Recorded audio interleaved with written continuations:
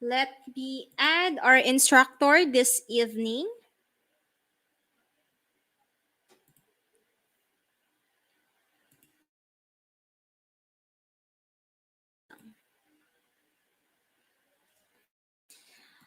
Okay, so you can connect with him in LinkedIn.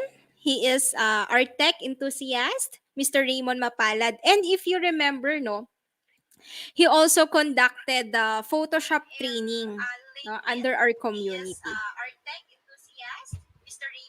Hi, Sir Raymond.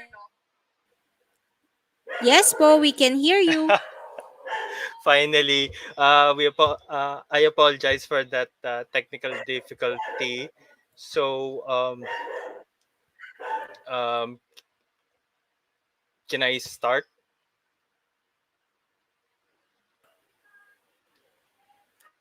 Yes po, share screen na lang po.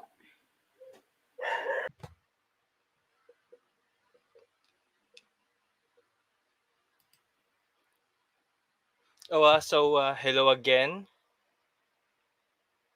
I hope everyone had have a great weekend. Tomorrow we're all going back to work.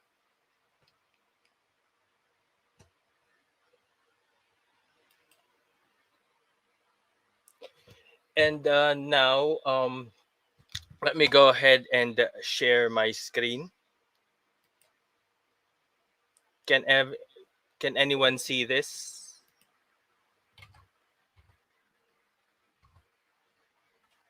Let me try again.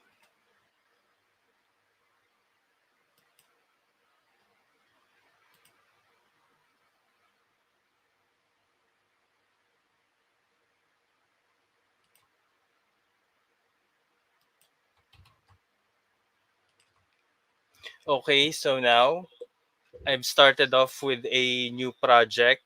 Again, I'm starting from scratch this time.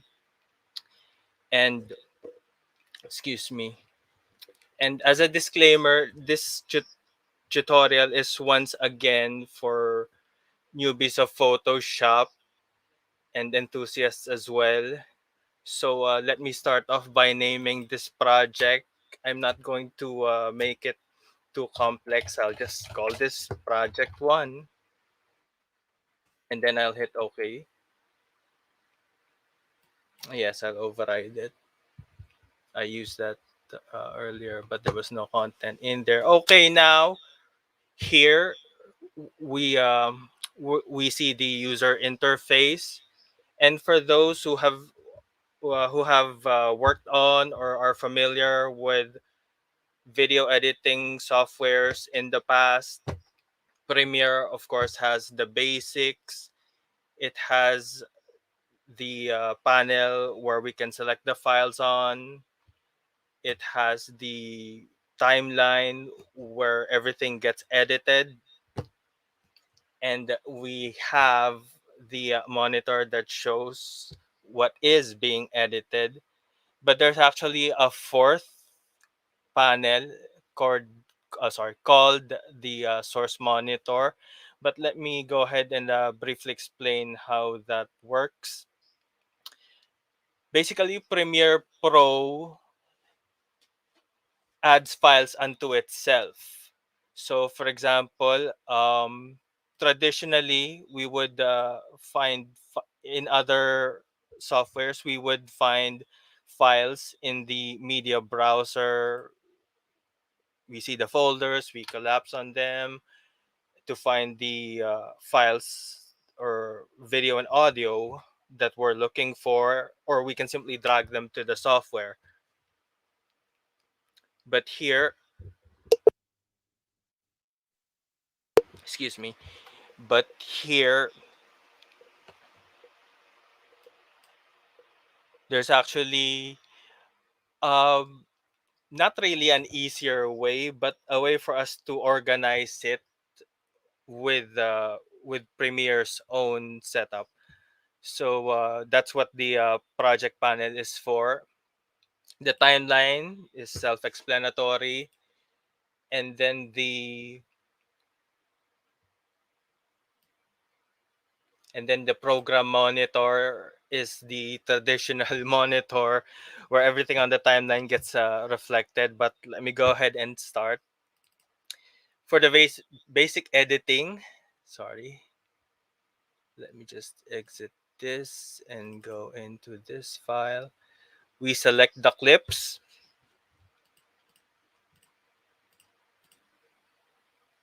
Okay, I'll be selecting just those for now.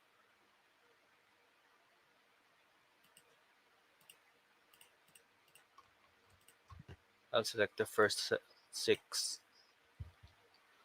And traditionally, we align the clips next to each other. Sometimes we put transition, and underneath it, that's where we put the music or the sound. But again, that's with video editing at its most raw, at its most basic form. And although this is a basic editing course slash tutorial, of course, there would be, I intended for this to have some nuance. So I'm going to start with the first three clips. So we can select them by, I can either drag them one by one right there. And one thing to note, once I dragged even just one clip, this other icon shows up, which is different from this. This is the representation that we have one sequence, which is like one tab in a browser. And to briefly explain these icons here, if you can see them from clip 1 to 6, we have these small icons. The purple one at the back looks like a film, and the one in front of it are green bars that looks like waves, sound waves. There are some clips that are film only and wave only, thus them indicating that they're audio only or video only. In this case, we have both, which is the usual type of files. And for sequences, this is the icon. We can also create a new sequence. Sorry, not like we'll need it here by pushing Control N and then hitting OK. Okay, so we can toggle between the sequences back and forth, but in this case, I'll really just be using the first clip. So let me just close this. So we have one click added here, and then I'm going to select the other two.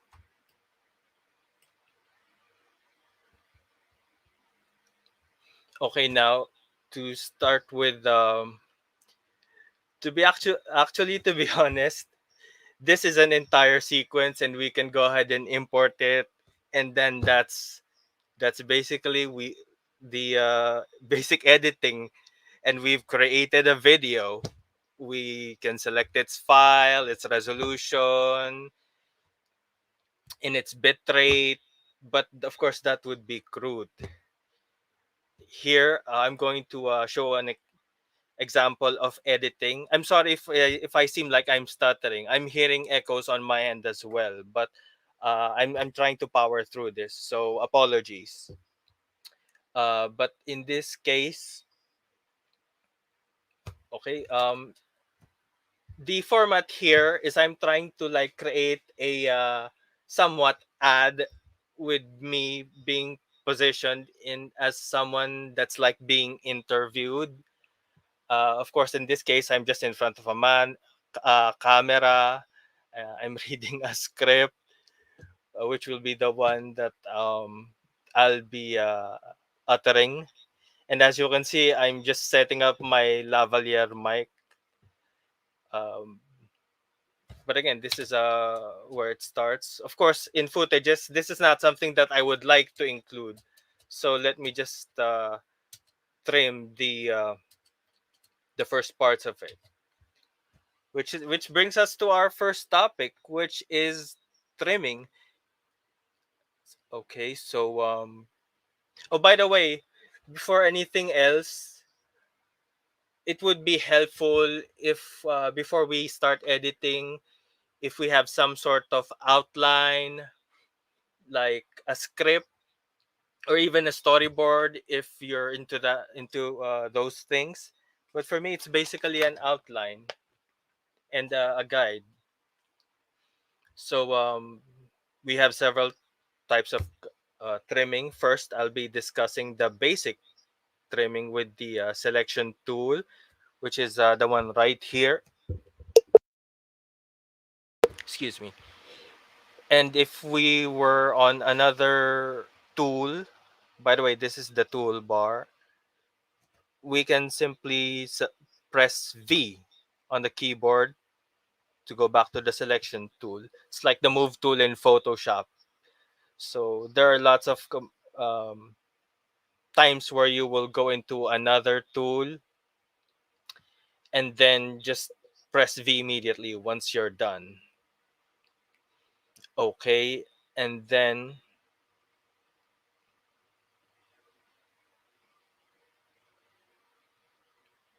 as we can see the wave here,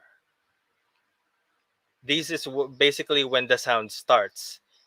The way it works is that the ones on top are the video, and the ones at the bottom are the audio. It's designated as V1, V2, and V3, A1, A2, and A3. Though if you'd like, we can create an A4, V4, V5, and so forth. Well, I'm just going to keep them as it is since I'll be using them later. And the way video works is that the one that's stacked on top, excuse me, let me undo that, is the one that's prominent, the one that's visible. Although for the audio, if there are other audio tracks at the bottom here, they all play at that same time. So here I'd like to remove this part. So if we move the mouse near the edge of this rectangle, this clip, we see that the pointer changes into a bracket with an arrow. That means it's ready for trimming. So I just hold the click and then drag the mouse to the right. Okay, it stops here via the playhead, and then it's trimmed. So we now have this large gap. Well, I can even either just click on the gaps on either audio or video and hit backspace or delete. If you may think that sometimes you'd like to for the audio waves to be bigger as well as the video, the way to do that is you can, for example, on the video, you can click on this panel right here and then hit hold control. Or I'm sorry, the alt button, and use the mouse rolling pin or the rolling wheel, and it would get larger and it would have thumbnails of the files. And at the bottom, well, once we click on the video side, we do the same thing. We hold the alt and then move the rolling wheel, and then it shows the waves. But it's bigger vertically, but not horizontally. And we can lengthen the clips. Well, visually lengthen the clips. They would still retain their time. by clicking on any part here, and then once again hold Alt.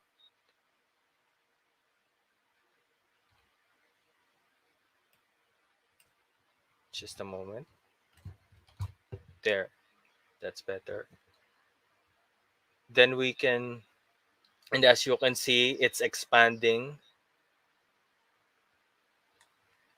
But I'll leave it at this length for now.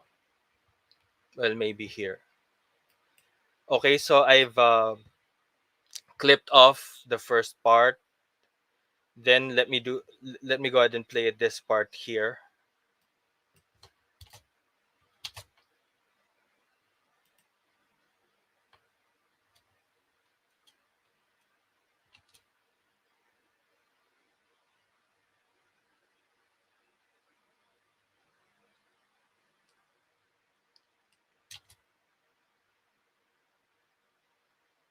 I've actually repeated a sentence. So I'm actually going to trim this part here because that is redundant. And then we see this empty space. I click on that again and hit delete. And then it triples back. I mean, they snap into each other. Same thing here.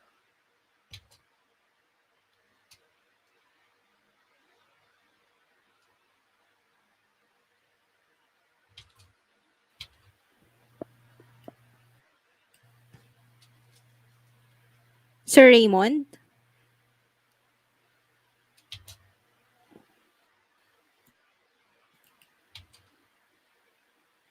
Okay, we see that jump cut there. That's not clean, especially since I've also repeated a sentence that I've uttered here. So I'll delete that. And again, it snaps into it. Okay, so I'm going to bring the next three clips and show my examples of the next trim tool.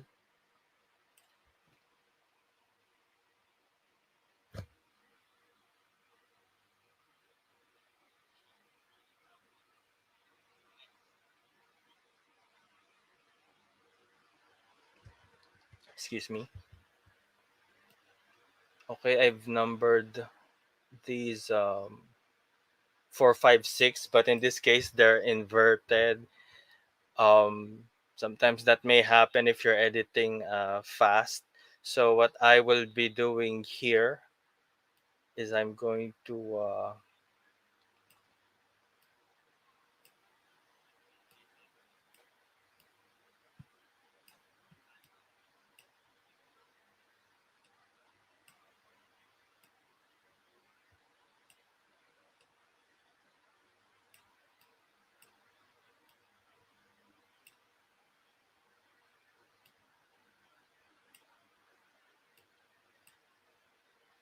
this case number 5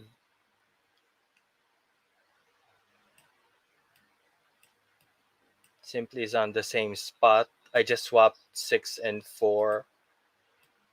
The thing is, if you overlap a spot like that, again, let me undo. Control Z.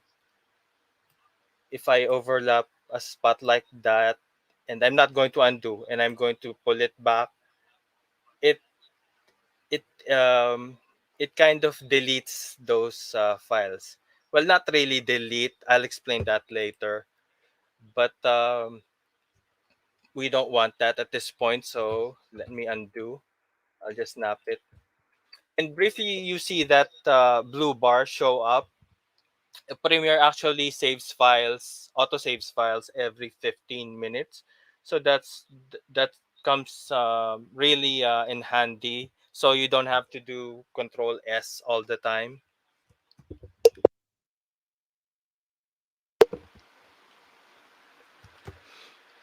Okay, so we have the following three files. And normally, if we whichever panel that we're working on of these four, We can either double um, double click when the mouse pointer turns into this black arrow with a square to enlarge the file. Click it again to shrink it. But there's a shortcut for that as well, and that would be the button, which is the one on top of tab and on the left of one on the keyboard. This can be handy for trying to, for example, preview a file.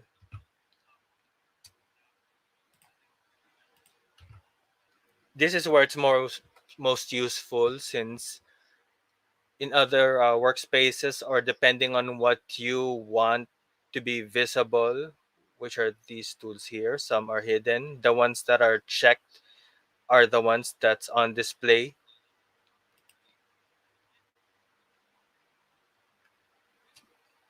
Then enlarging the project panel may be ideal for you. Here, we can actually do that with the timeline as well, but there's no monitor, so we can just rearrange clips as we see fit. But in order to look at its output, we would still need a monitor. So I just again press tilde. Wrong one. Let me go back here. There.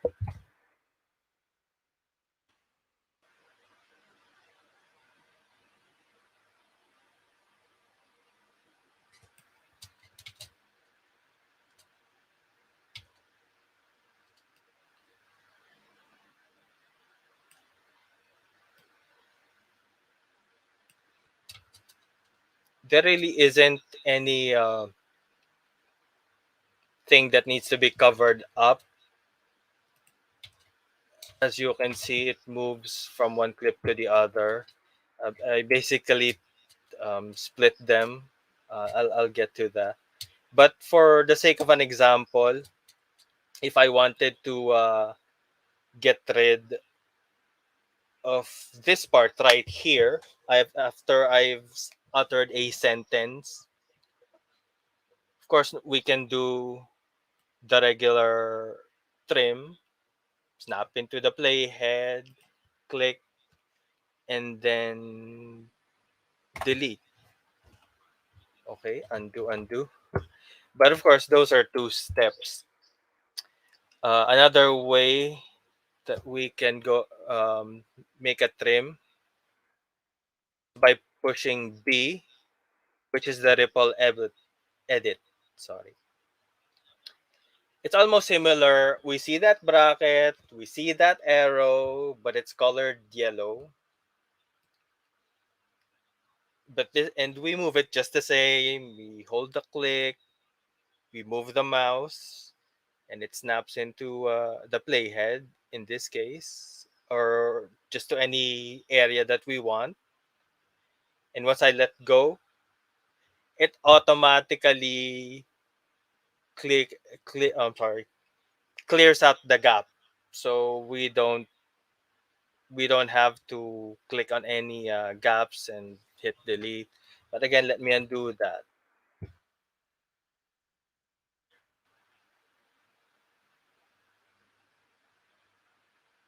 Okay, let me just look at the clips.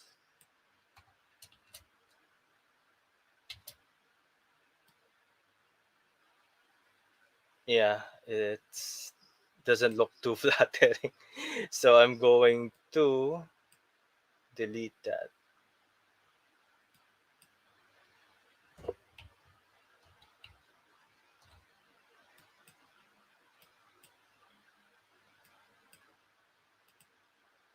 By the way, one way that you can also do a ripple trim without having to click on the B button, let me get rid of that, is normally when we move the mouse, the regular trim shows up. But if we move it a little far apart and then hold the control button, the trim get the ripple trim gets enabled temporarily. So let me go ahead and do that. Actually, I'll just stop right here, not necessarily to the end of the playhead. Okay, let me see how that works.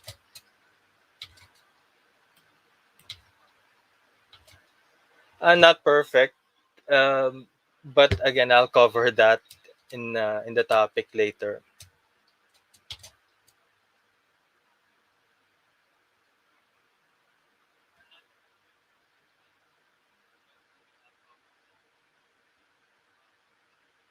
Just a moment.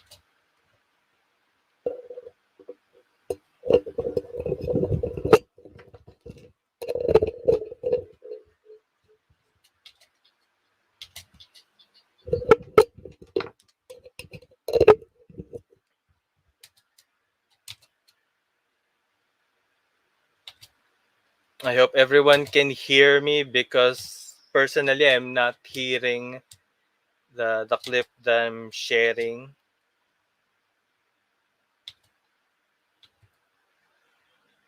Okay, not much to trim here, but let me show another way of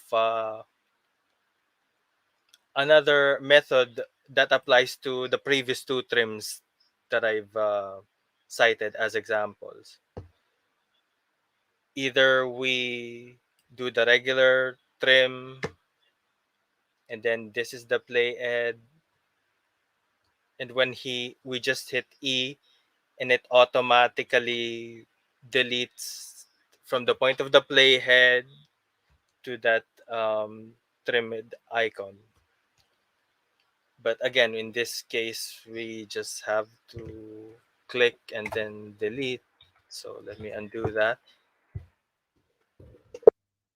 By the way, also to note is that redo here, like Photoshop, is not Control Y, unlike most programs. It's also Control Shift Z.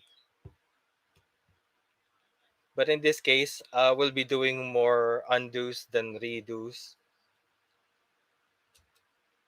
and giving that example again with the other trim tool, the ripple trim. I click once, the playhead is here. I press E, it gets trimmed. No need for deleting a gap. So we basically have three clips here, almost complete.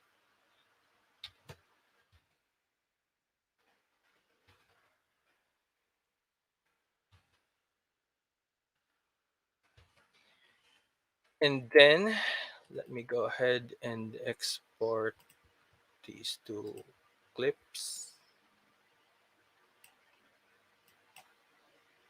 I mean import. Okay, and I'll play 7A here. I'm going to zoom out for a bit, move it here. Basically, one thing to note is that whenever we trim clips, we don't really delete them forever. So, as I've mentioned earlier, Premiere create copies of these files unto itself. So if, for example, I trim these files, it doesn't necessarily affect the source files, the ones that are located in your folder in either Windows or Mac.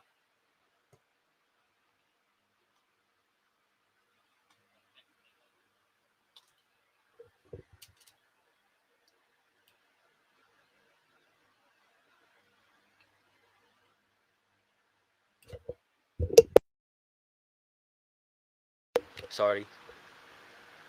Okay, now we have one long file.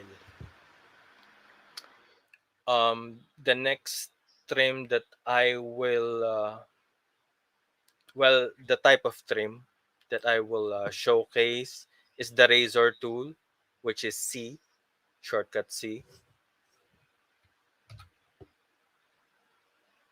And I'm going to do this to illustrate a point.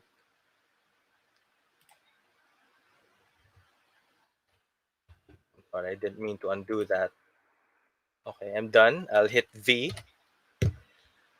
Okay, so it's one file that I've separated into three. And as I've mentioned, um, the ones that are trimmed off aren't really gone forever. It's like they are hidden, so they can't be played and heard. But it's non-destructive. They're still there. Like for example, there are other tracks like V here and V3 and V2. So let me go ahead and lift this.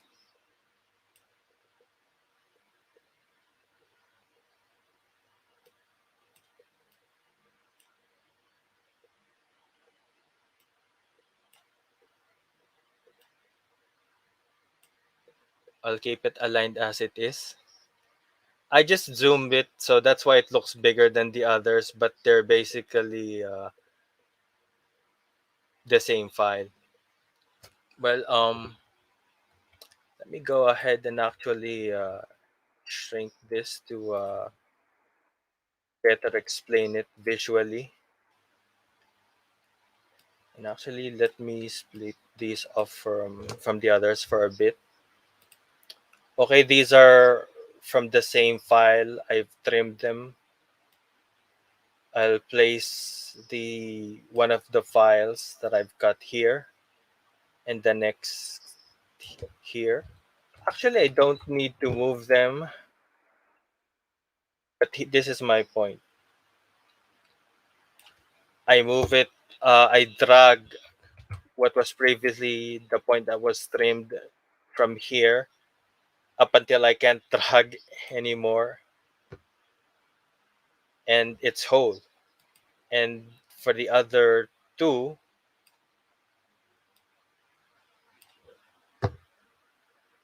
for the middle, of course, I had to drag to the left and to the right. And on the third, I'll just drag to the left. So we basically now have three copies of the same file. Of course, no one would really do that. Oh, there's the auto save again. But I just wanted to show that as an example that the files don't really get deleted. Um, Although once you do see this triangular shape, that's the very end of it. Let me go ahead and undo all of that. Okay, so it's back to being one file. And as you can see with the previous files, they all have triangles. So they're actually very short files. I can still razor trim them if they want, but there's no need to do that in this instance. Let me hit V for the default. Okay, next up, I'm going to talk about the in and out points. And this is where this monitor will come in handy, or where I will start discussing about this monitor. Basically, when we either double click on any clips that's right here on the project panel, well, except for the part of the name, because it will ask to rename it. But say in the area right here, so in this case, it gives it reflects clip one on a monitor. And the same thing here with any clips that are on the timeline. Let me go ahead and click on clip six. This time the source clip is reflecting clip number 6 on the project panel.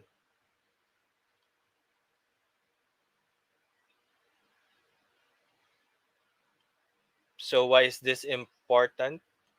Oh, I duplicated clip 7 here. Let me fix that. There are times in which before you export a file, like for example, let me delete clip 7. What if I only what if I only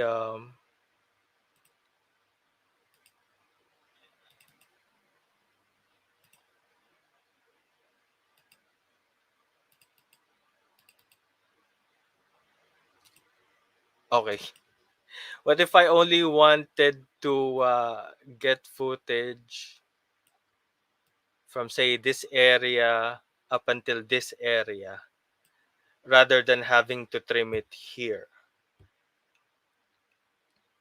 Of course, that would well, depending on your preference, you can find that less time consuming.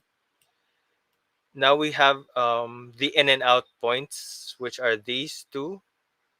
Mark in is I, mark O, um, mark out is O, hence I and O, in and out.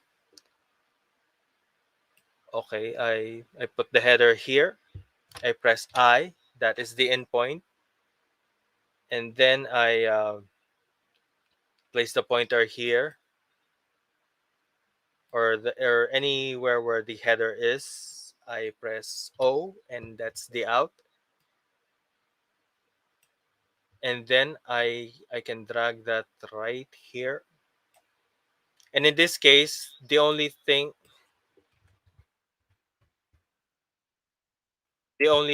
that's being moved to the timeline is this area. But then again, we can either expand that further or retract it or lessen it. Sorry. And as you see, there are no white triangles here at the edges. So again, I can simply just drag that into the full shape of the clip. So it's whole again.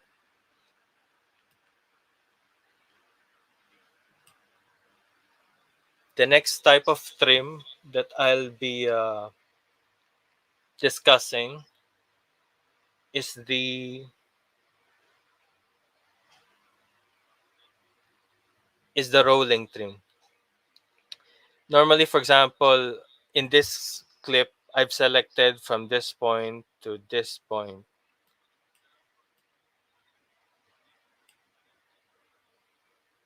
But if I want this point and then this point, just a small adjustment, it doesn't really reflect on what's already on the timeline. Since if we export this, it's a new clip unto itself. But what if, like, in a certain clip, you want the same length for any editing purpose, but just move it either later or earlier?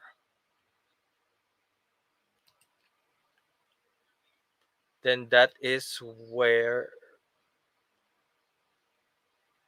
the rolling edit tool comes in, which is N.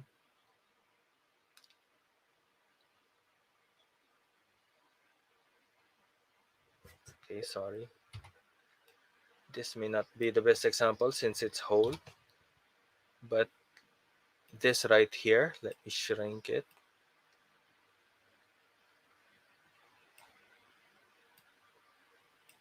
There you go. So this clip is a bit short. It reflects the one that's trimmed via in and out points here. Once I go ahead and select the rolling edit tool, which is N.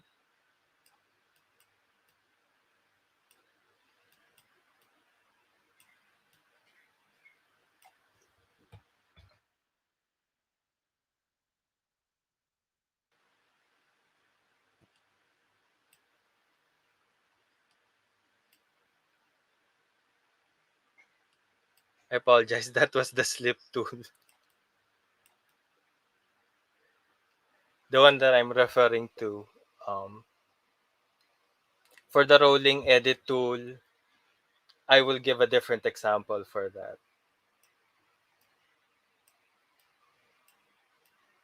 Here we can see the first frame of what was of where the pixels are in the time of that clip, and on the right is what it ends.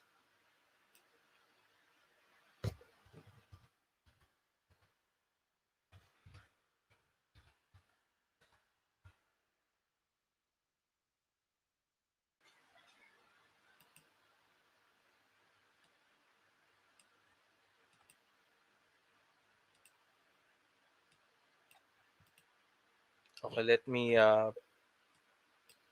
place back 7 here. Actually, now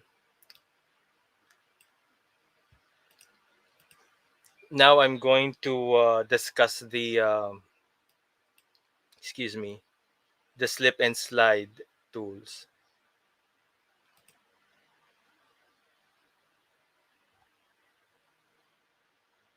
This one's on a list view, but you can always change it into a freeform view. Okay, let me hit tilde. You can organize it however you want.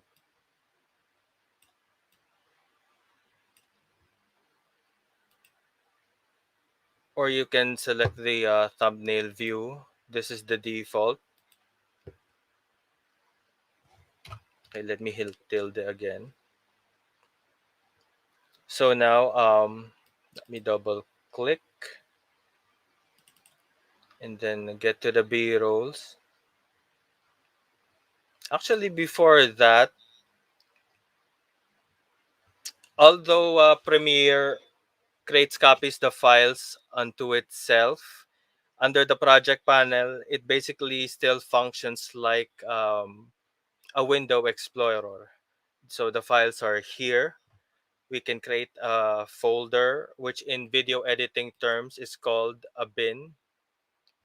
I've created a new one. This would be better viewed right like this. So I can basically select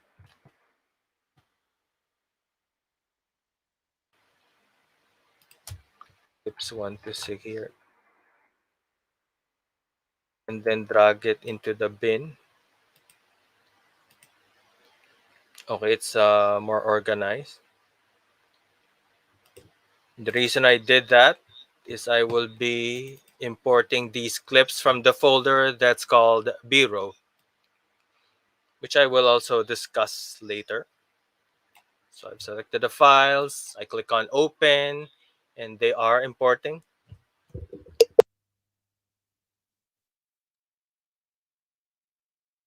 Okay, as we can see here, there are a lot of files.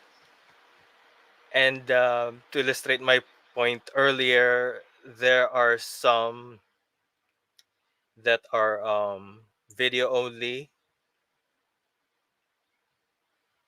I don't have any audio onlys, but to my point, let me go ahead and create a new bin and then name this B-roll. So I basically created a folder in the project panel. So I'm going to select these files, the one that has the BR, which is for B-roll.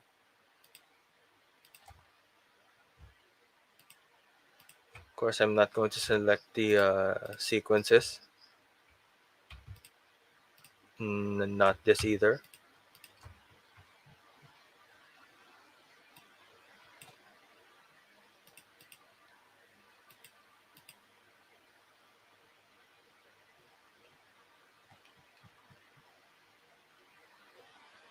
Okay, so it's more organized that way. But to show those other trims, let me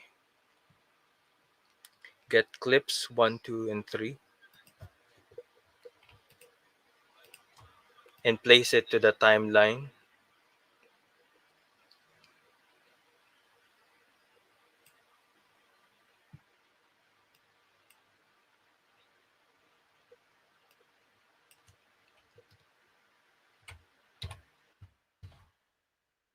Okay, I manually saved it, Control S. By the way, be what if whether a yellow or a red shows up. That's the indicator that Premiere is um, utilizing the resources of your PC. And then it's basically stretching your PC in terms of how hard it's working. Yellow is nearly there, but still manageable. Green is the one that's okay.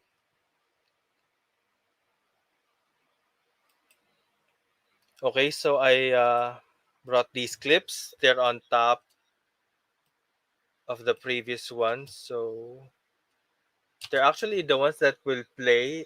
Uh, I will explain this later. In this case, there are audios here, but I only want the video for those B-roll clips. So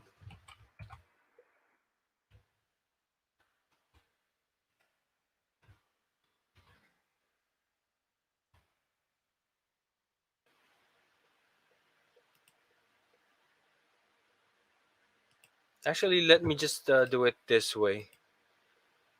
I'll click on the first B-roll, and as I've mentioned earlier, it will show up on this upper left in the source panel,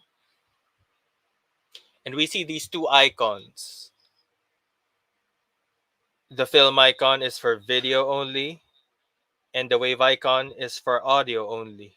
In this case, I only want the video, so I will just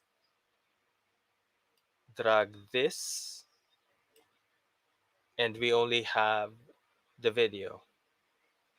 I can drag the audio if you want, but I wouldn't need audio for the B-roll, so let me just clear that out. For this, it's video only, as the icon indicates. So I'm just going to drag that here.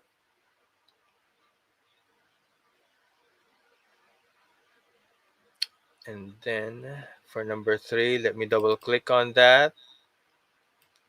Get the video icon and then drag it into the timeline. Okay, so we now have 3 clips. 2 are shorter one is shorter than the 2. Let me go ahead and add a different clip here just to illustrate my point. Okay, this one's video only, BR number 4.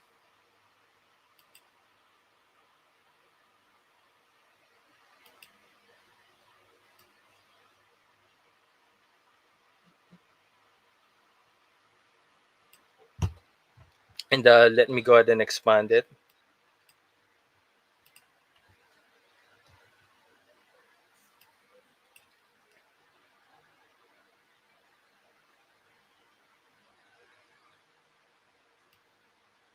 Well, these are the edges of the clip, so let me just go ahead and trim them.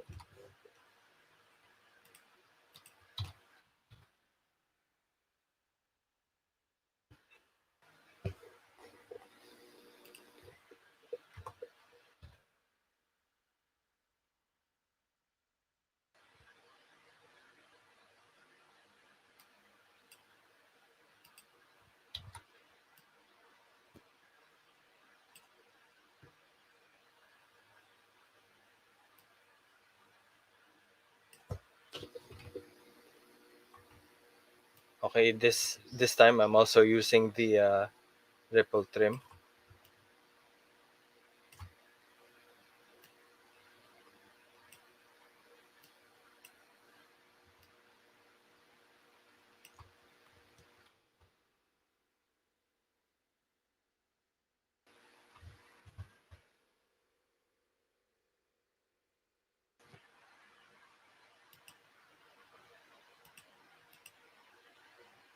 Okay, we see the it's better explained when in threes. So these two clips, the first and the third, are the ones that have the edge. So there's specific total seconds of its playback here, and they have their own preset lengths based on how I trim them. But what if I would like to lengthen this and shorten this, but still keep the time, or conversely, shorten the first clip, lengthen the second clip. Uh, what I did earlier was a lot of work, but the simpler way for that is the slide tool. And as you can see, it still keeps the same, it's still within the same time,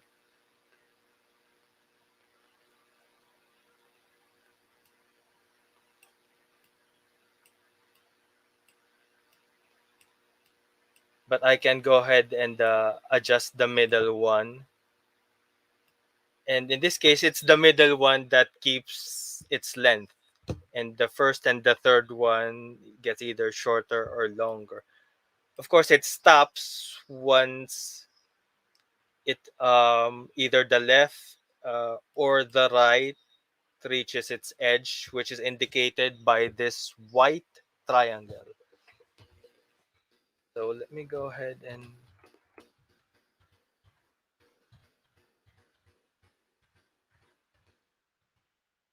undo all of that. Let me just redo that. And redo is Shift, Control, and Z. By the way, if you're using a Mac, just replace Control with Command and Alt with Option. Okay, so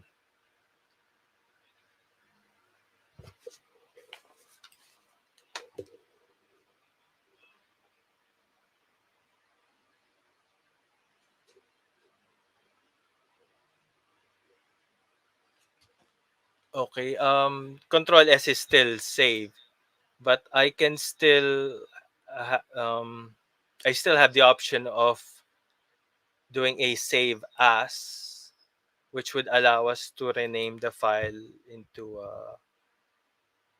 to save it to a different location, or simply change the name while we're using Premiere.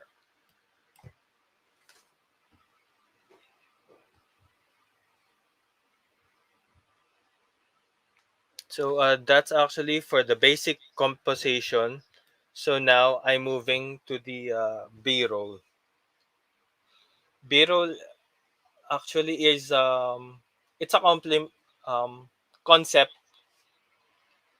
or a set of clips that's complementary to the main video, which is the A roll.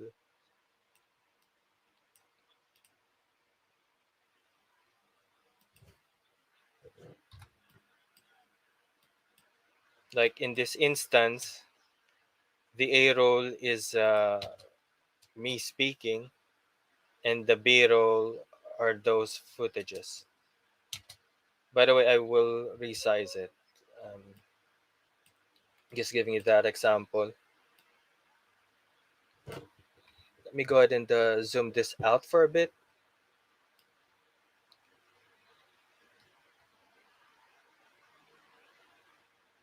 There are instances, especially if someone is working professionally, a professional editor for documentary film, and they have to work with hundreds upon hundreds of footage, sometimes more than one project simultaneously, and they receive footages or clips from different cameras, well, scenes shot from different angles, but of course they would have to edit it together, hence editing.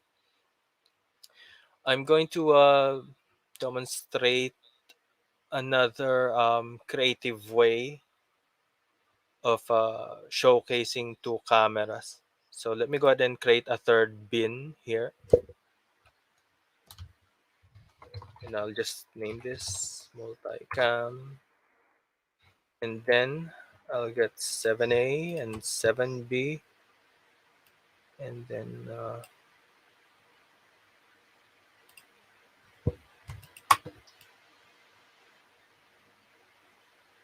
then drag is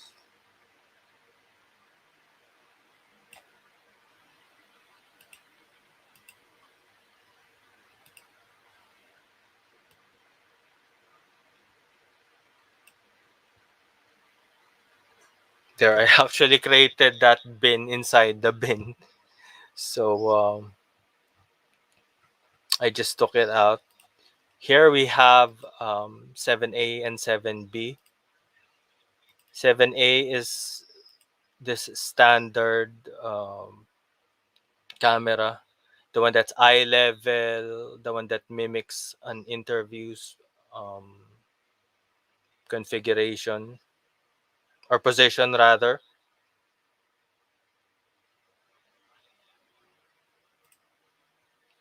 And then the 7B, which is actually the same point but from a different angle.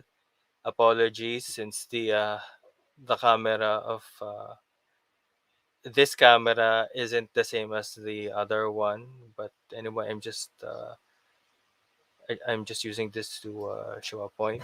I'm going to select both of these clips, right click, and then create multicam sequence. Again, we can name this ca- um, into anything we want. So I'll just say clip 7 merge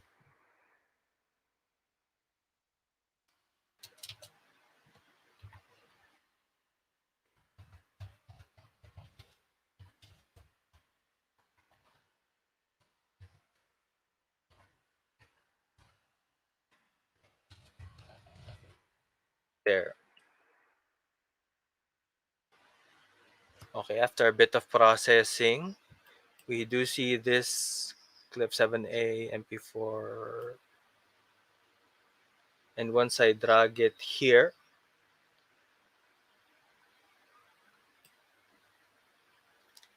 it's basically like the 7 clip. Let me just delete this.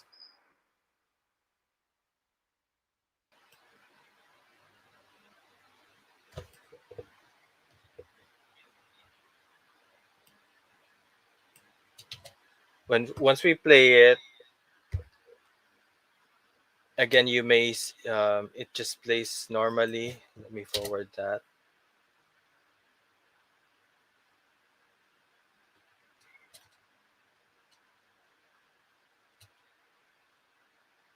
It just seems normal, but we do have this icon here,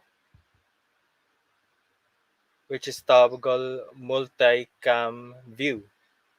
Normally it's not even there, and once we click on the plus sign, we have more options, and this would be it. I click on that. It shows the view from both these clips that I've merged, 7A and 7B. This is 7A, this is 7B.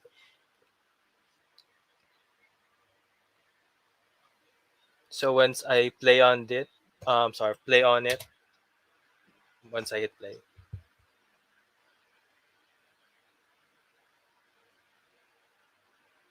we see both clips. But the one in yellow, the one that will be on the main display. Let me just expand this for a bit.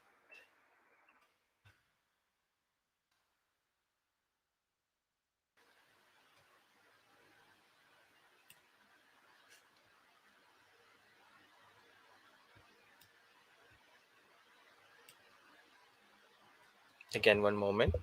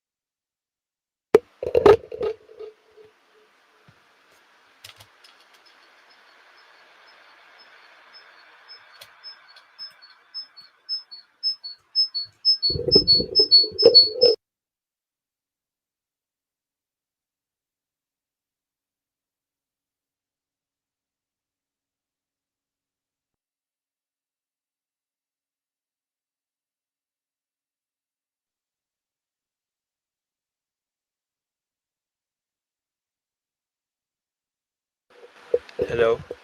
Okay, so we do see it playing. And I can choose at any point, for example, here, once I click on this, camera 2 is the one on the display. And then once I move the mouse,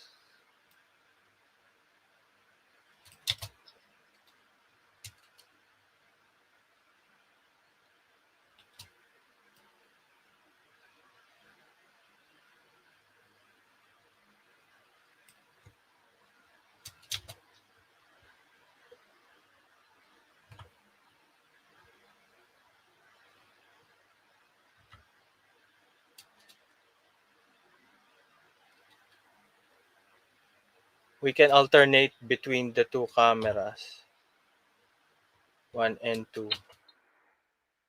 And as you can see, it split the files just to show which is for 1 and which is for 2. So if I were to exit this view,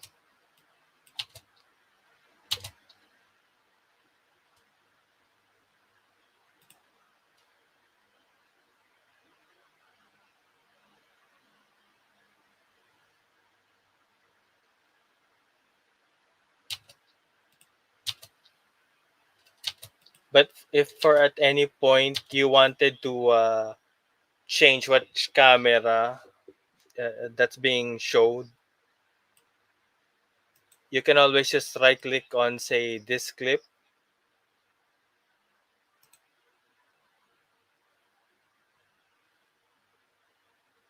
and then select multi-camera and then select camera 1, and this becomes camera 1. I change it because they're both camera 2. So 1, 2.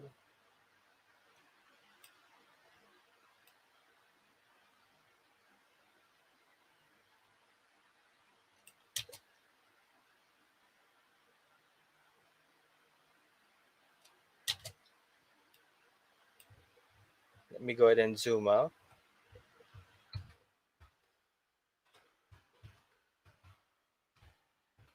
I'm going to spread them to a more even split. So that's why I'm zooming out the timeline. So it would be better balance. So I would have room for the B-rolls as well. Okay. Okay, let me go back to this view. Let me go back to this camera.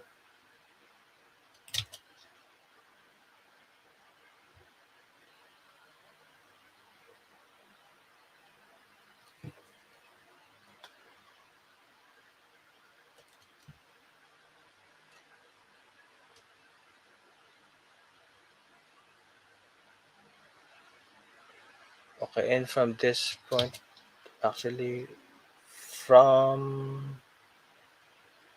this point, select 2, trying to get an even split. Okay, we see one there.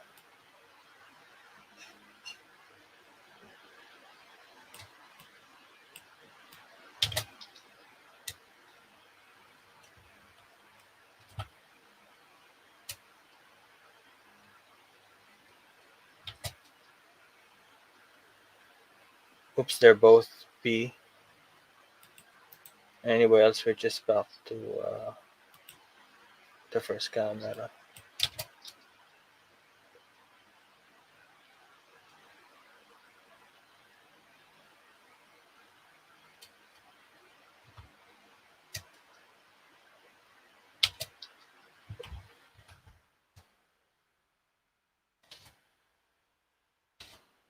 Even though this is a tutorial, I'm also trying to compose a video or make a composition. So I'm also teaching as I go along. Okay, so this is 7A. So I make the split right here. Okay, so we have camera 1, camera 2, camera 1, camera 2. Okay, there's a, okay, this will do. Okay, hit number 1. Okay, this will be my next point.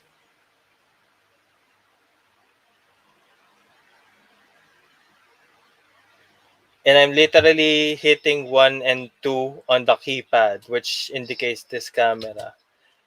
Of course, if you have more than 2 cameras, you can you have the numbers 3, 4, 5, 6, 7, 8, 9 as well.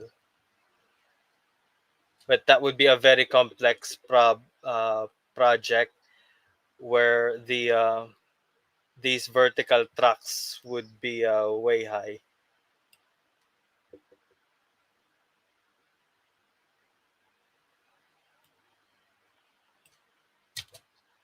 Okay, sorry if I went back. I'm trying to get a feel of the edit points. Okay, so we're back at camera 1.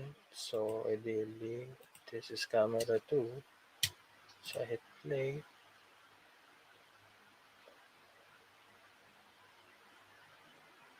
I may want to switch to 1 right here.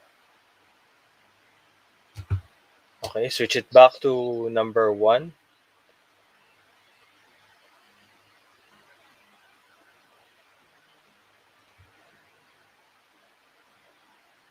And then 2 again.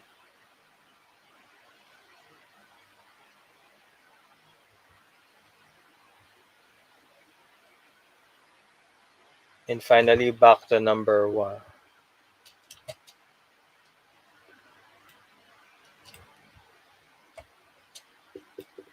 Let me go ahead and unclick that so it's no longer highlighted.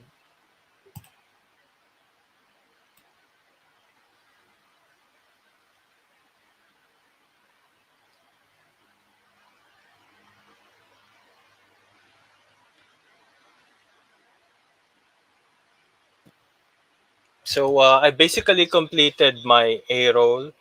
So now I'm trying to tell a story. So that's where the B roll comes in. Okay, I have 3 clips uploaded. So let me go ahead and upload the rest.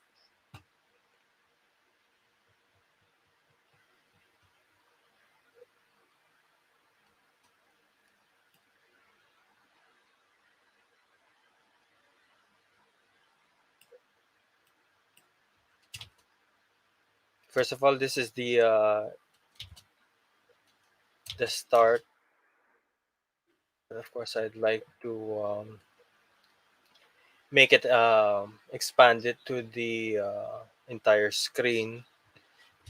And for that, we are moving on to effects and transition. I'm sorry. Before that, I'm going to do a bit of color correction on my A-roll shot.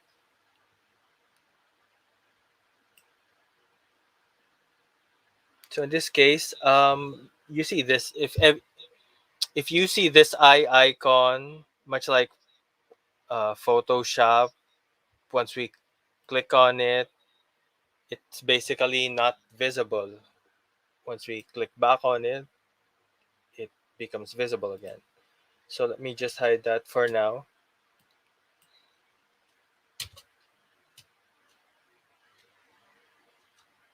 By the way, if you want to study a clip by an almost frame by frame basis, we have the Jkl keys, which are these three. I know how that sounds like. Um, the J steps back, the K stops it, and the L steps forward. But the K doesn't work by itself. It's meant to halt either the J or L movement. This time I pressed L, which is the same as me pushing this step forward. And when I press K, it stops. Then I press J, it goes backward. I hit K and it stops. But again, K doesn't do anything if I just hit it while it's stopped. Okay, now on to color correction. This is the first clip. So let me move the playhead here.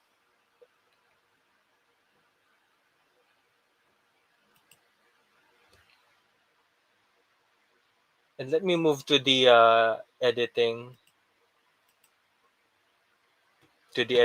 workspace.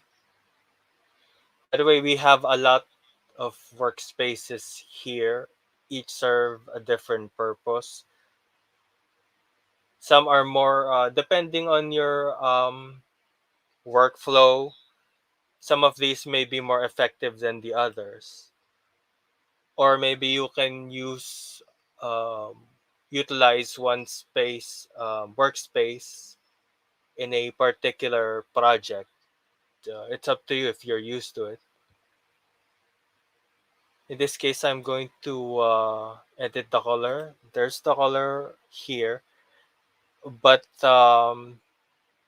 discussing the entirety of the Lumetri Color, as well as the curves and the wheels, is a different topic unto itself. So let me go back to the editing. Excuse me.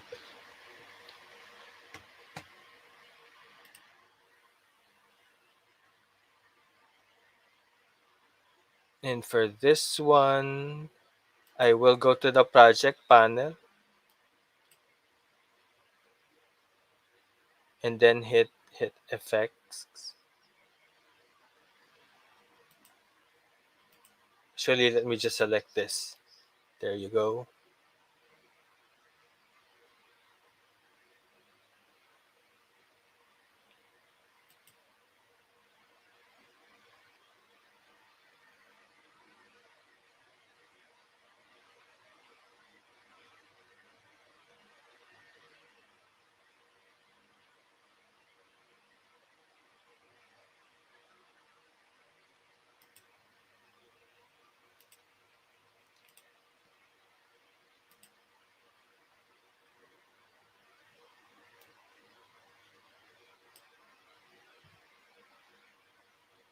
And then from here, let me go back.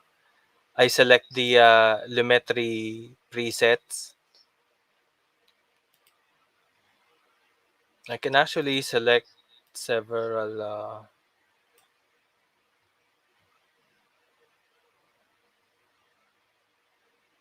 color grades that I prefer.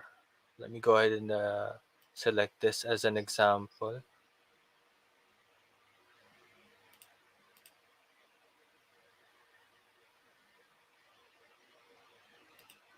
Oh, sorry.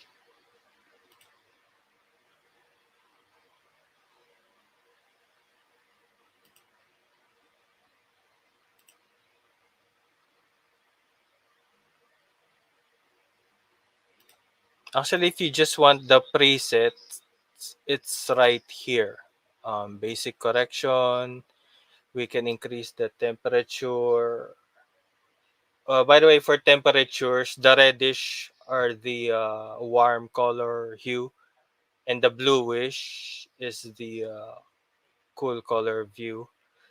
They have their own uses, but that's more for the topic of filming. But we do see them in the movies. Some colors pop out, and some are muted. Let me just undo that. Okay. A more standard way, if you'd like to color manually,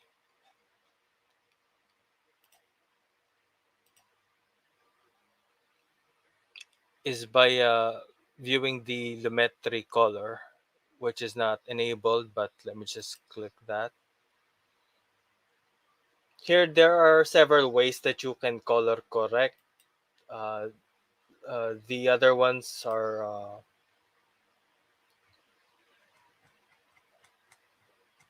more advanced,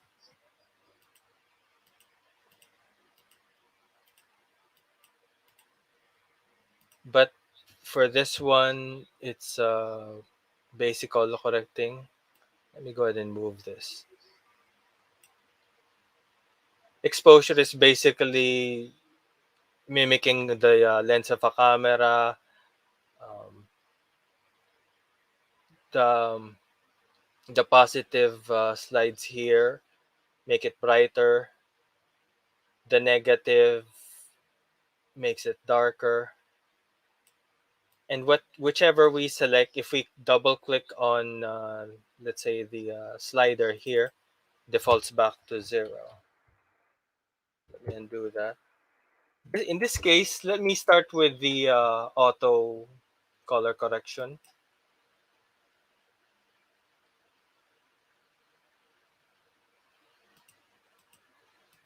Not much of a change, so I'd like to make this more vibrant actually. Going to increase the exposure for a bit. So this one's a bit, well, before.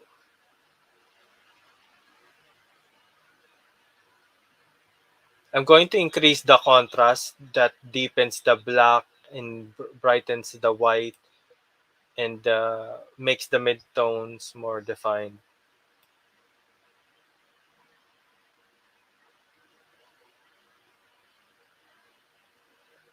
Okay, for the highlights, I'm quite happy with that. For the shadows, I'll leave it at this. For the whites and black, I'll just leave it as it is. Too much black is actually not I not that much ideal. But again, depends on your mileage may vary. So I'll leave it at negative 16. I'd like to a more warmer hue, so that brings out a bit of a flesh. I can either make it greenish or purplish. I'll just leave it at 0. That's too bright. So let me just.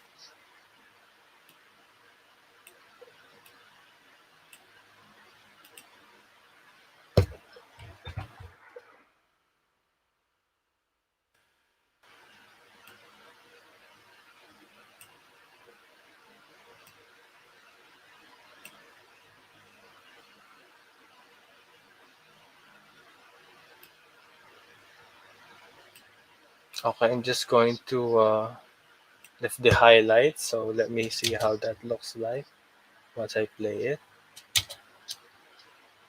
We see if you look at this checkbox on the upper right, again we can toggle the effect.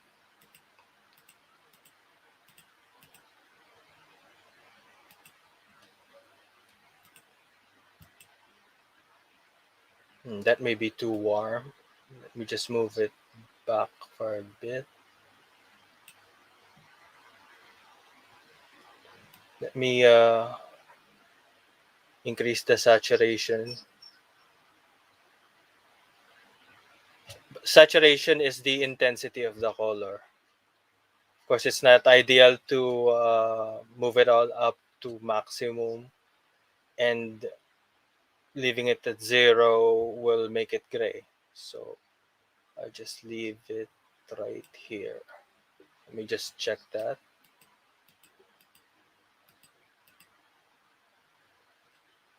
Again, for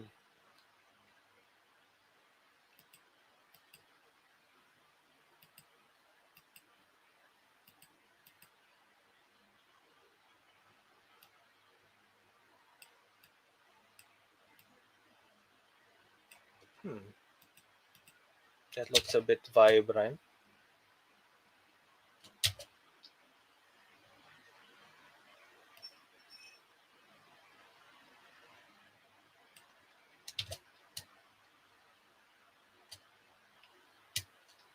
I'd move to the other clip. Okay, but I'm sticking with this look. So let me just close that. Okay, so we have one effect here. In order to copy that effect, we just select copy or Control C, and then select the other clips.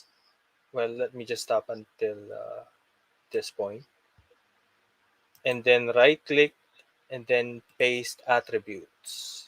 Then hit OK. Okay, as we move from one clip to the next, it retains that property.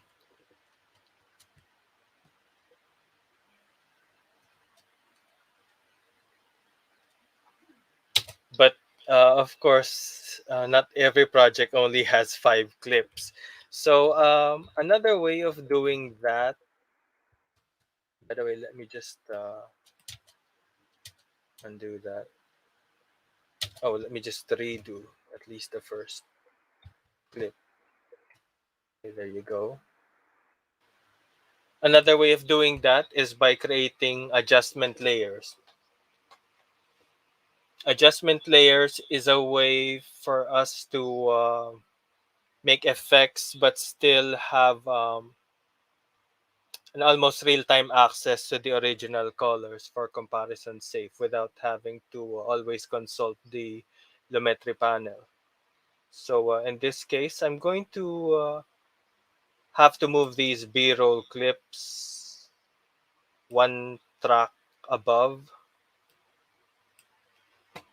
and then I'll right click here, new item, adjustment layer.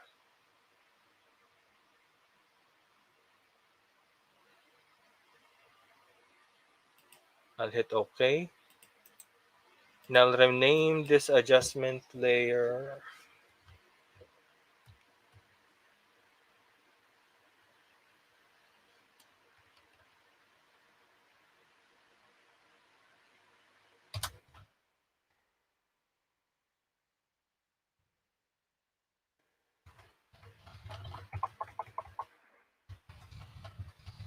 Okay, highlighted look. Okay, so I would still need to drag that over here.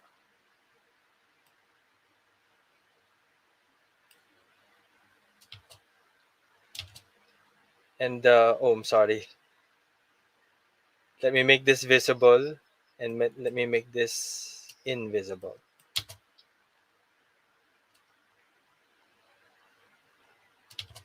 Well, right now, I'm sorry. There's nothing on the adjustment layer. But I will actually copy this first layer that I worked on, hit copy, and then I'll click on the adjustment layer, and that is where I will paste the attributes on. And as you can see, everything that it covers, it adjusts. In this case, I don't have to, but I'll prefer to remove the attributes of this one. So there.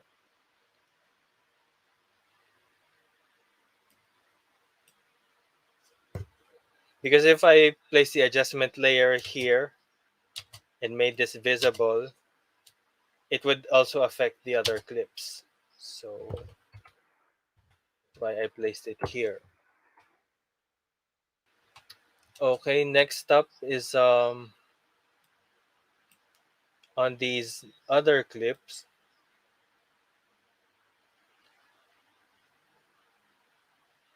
I'll adjust the adjustment layer till the end. I want it to affect the clips on camera 1. And as you can see, it also affects camera 2, but I don't want that. I mean, I don't like that. So I would actually have to move move these from the tracks as well. One thing that also helps to differentiate the track is by adding labels on them. So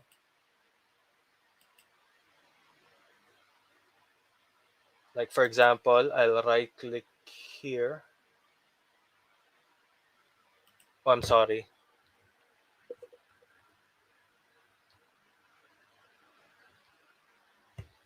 I hit M and then I'll select a marker. In this case, I'll select the purple color here. Just making sure that those are the camera 2. Okay, so M. Okay.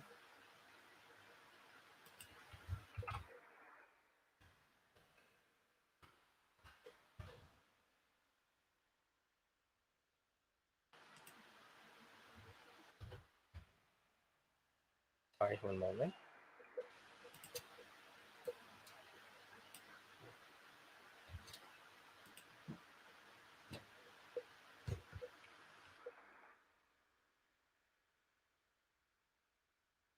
Okay, and the last one here,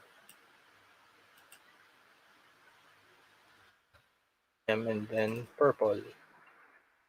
At least now I know there's a visual distinction, which is camera 1 and camera 2.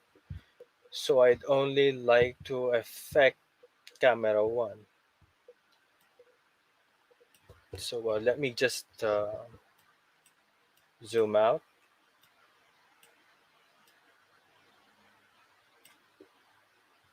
Okay, so I've selected the first V2 and V3. I've selected V4, and this time let me once again hide the tracks that has the B-roll. And in this instance, I would actually select these video tracks and raise them, as well as the ones to select multiple clips, hit shift and then click. This one, well, not the edges, since that brings up the trimming tool. This one. So 5 clicks in total. I lift it up. So I basically separated them trackwise from camera 2. But in this case, I'd like camera 2 to be black and white. I don't, and the way the adjustment layer works is that If there are two adjustment layers stacked on top of each other, then the one that's on top will apply to the one that's at the bottom as well. But let me just, even better, let me show you an example. Again, I wanted this to be black and white, so I'll actually create another adjustment layer. And if we look at the project panel, a new one is created. I'll rename this black and white. Then I'll drag it to the timeline. Oh, sorry.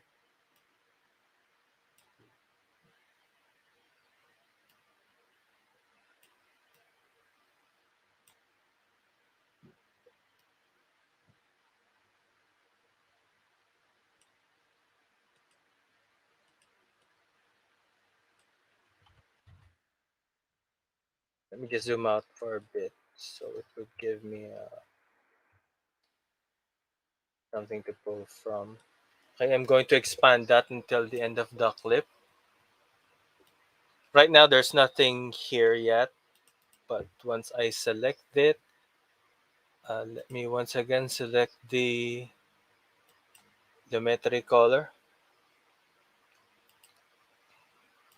And with this highlighted as an example, I'm going to turn the saturation down to a 0.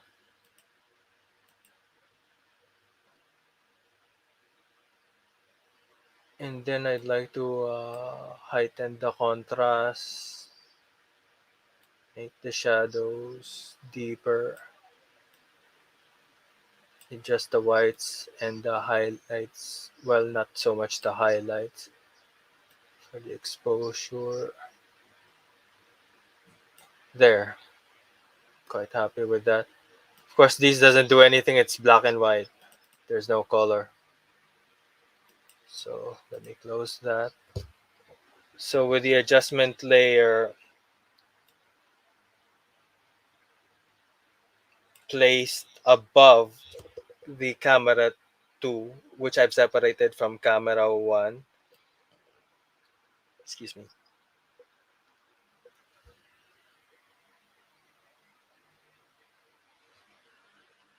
the ones that are on camera 2 are affected by the black and white adjustment layer. And since the camera 1 clips are placed above the black and white adjustment layer, they are not affected. But if I were to place this to the top, everything is black and white.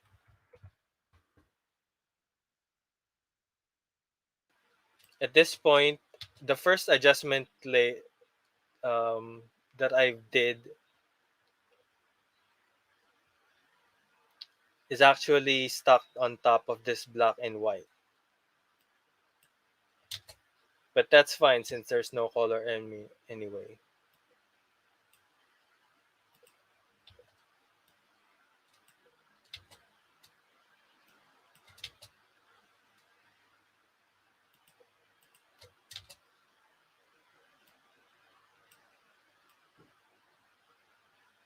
Hmm. Let me just work on this.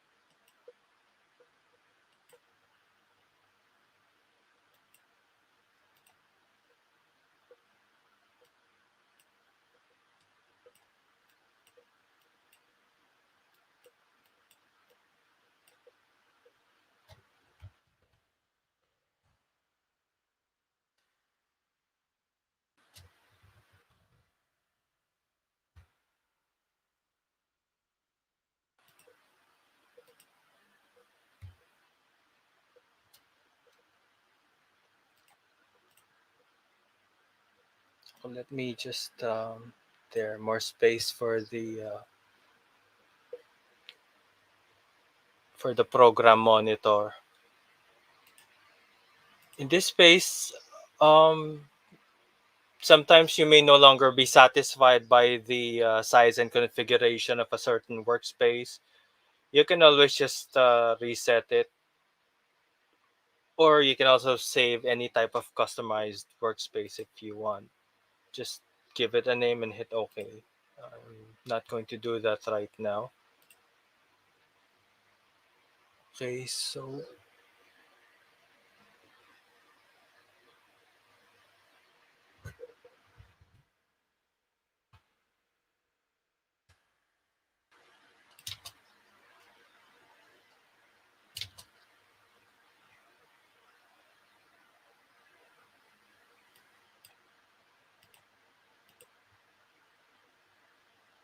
let me just reset this.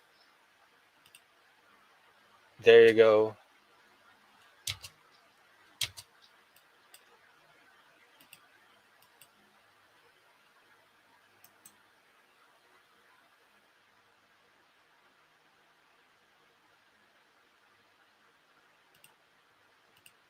Let me go ahead and save this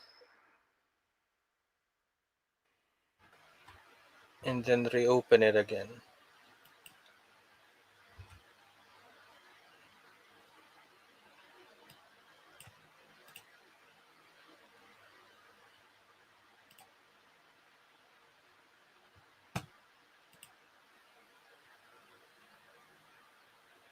You can always select the file in your most recent files list.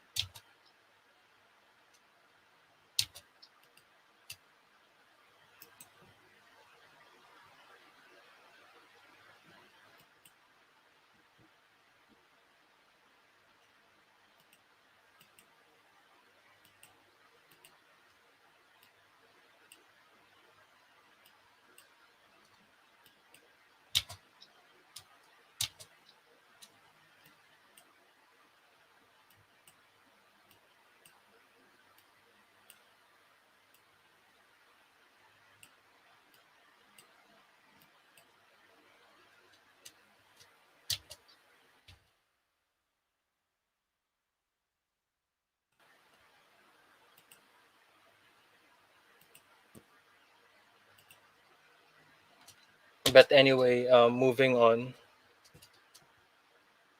So we have both clips of black and white and color. So we've created a sequence where it uses two cameras and they're actually in sync audio wise.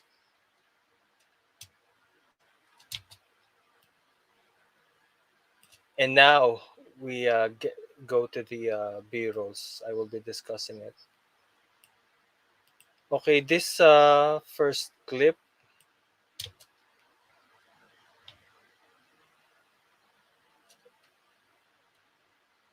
by the, it's like the establishing shot that I planned. So I'm going to move my other clips here for a bit. Let me go ahead and zoom out.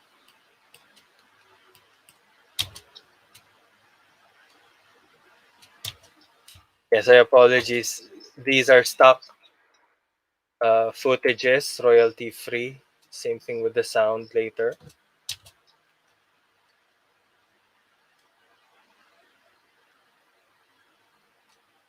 So they're actually meant to complement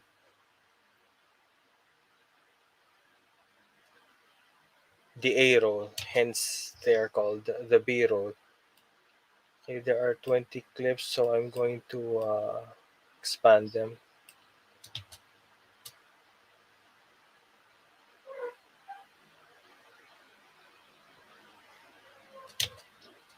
Okay, with regards to resizing this is where effect comes in. So let me select effects here, and then effect controls, and then select this.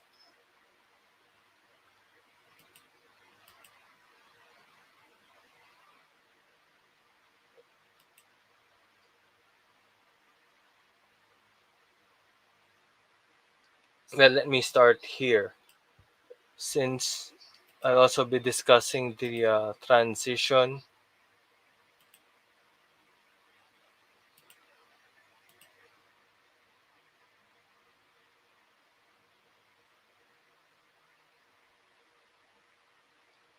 Which the default, the most common rather,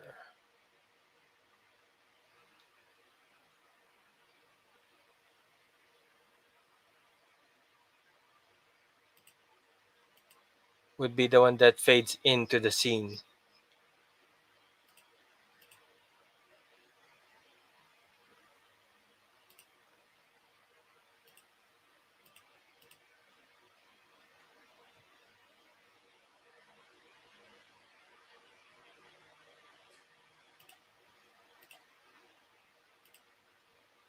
or the cross dissolve, which I will apply here. If I can just lengthen the clip for a bit.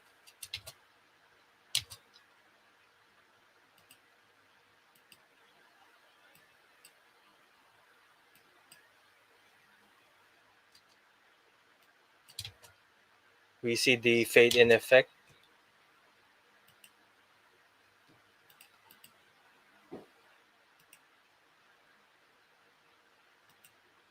And from here, these are the effect controls.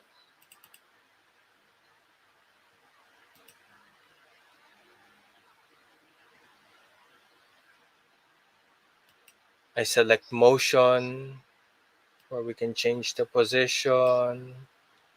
For that's vertical, this is sorry, that was horizontal, this is vertical.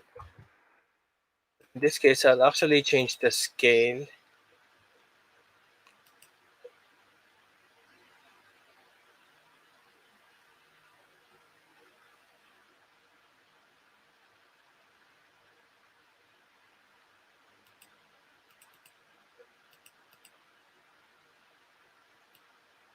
And I'm going to make this fit this screen.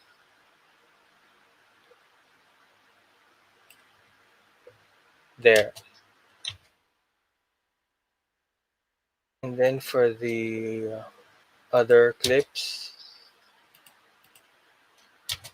I'm just going to go back to this clip, Control C, and then hold the Shift, select these other clips, right click, paste attributes, and then hit OK.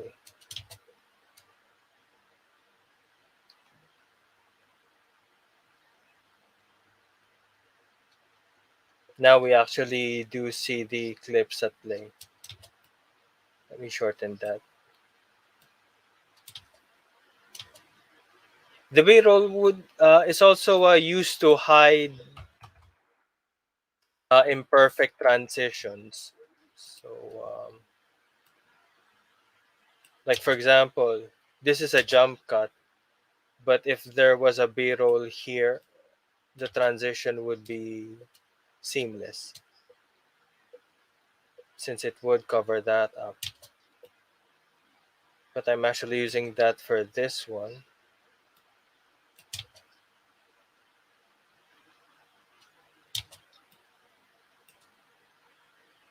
Okay, next is this one.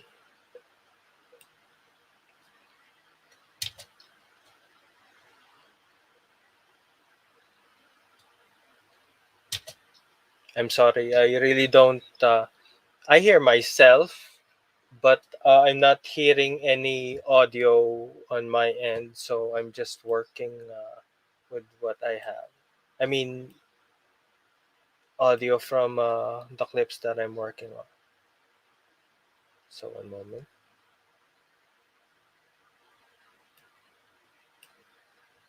Let me try something.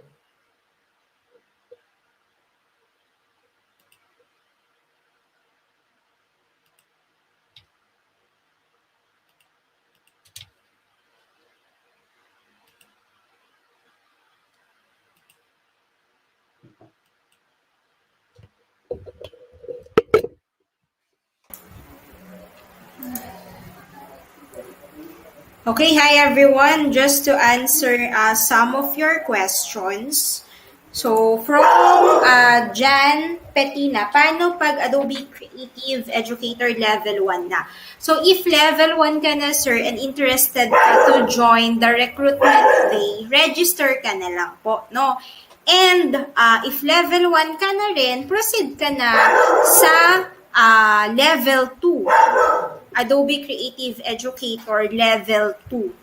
So we also have an event for ACE Level 2. Okay? Ito, from Alden. So, how many days or weeks po? Ano pong tinatanong nyo? Yung sa training po ba ng RTC? Pa-clarify na lang po. Okay, let me bring in the rest of the B-roll.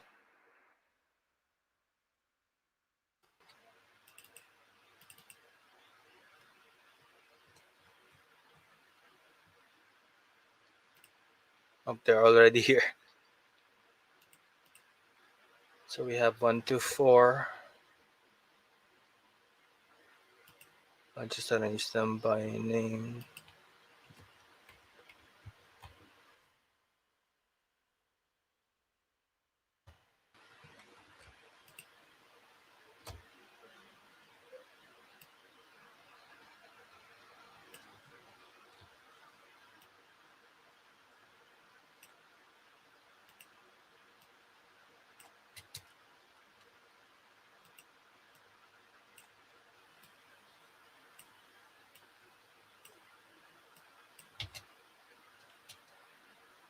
Okay, I'll stop it there.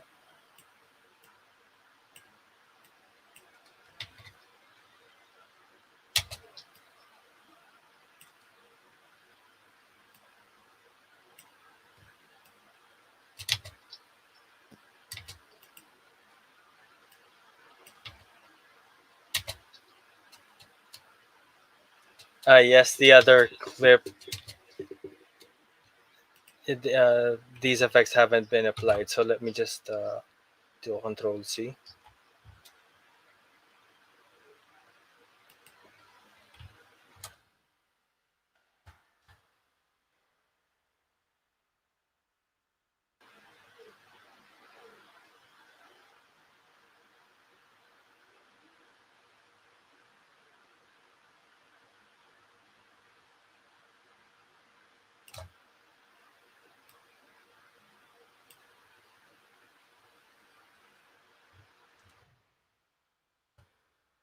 Then right click, paste attributes.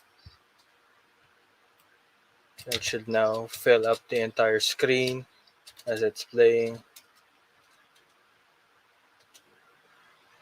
As you can see with the red over here, the computer is struggling for a bit. With yellow, it's a bit manageable.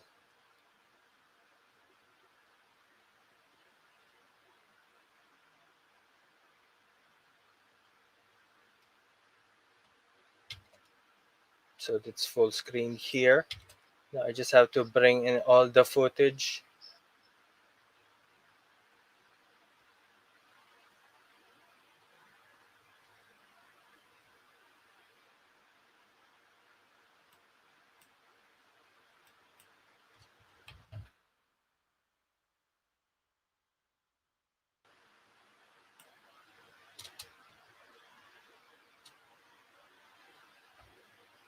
Okay, so these B-roll are meant to cover the transitions. Although in this part of the sequence, it also alternates between the two cameras. So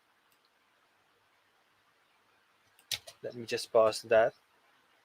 One of the clips that I planned to bring was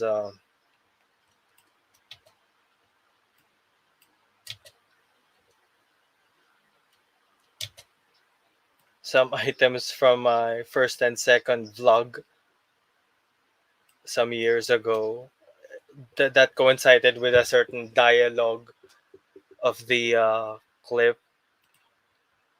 In this case, okay, with this selected, I'm going to just manually resize it. So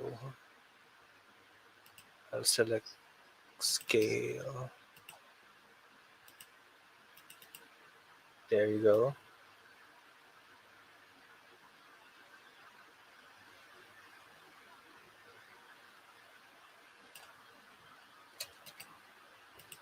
I guess I'll just copy that to this one. Sorry.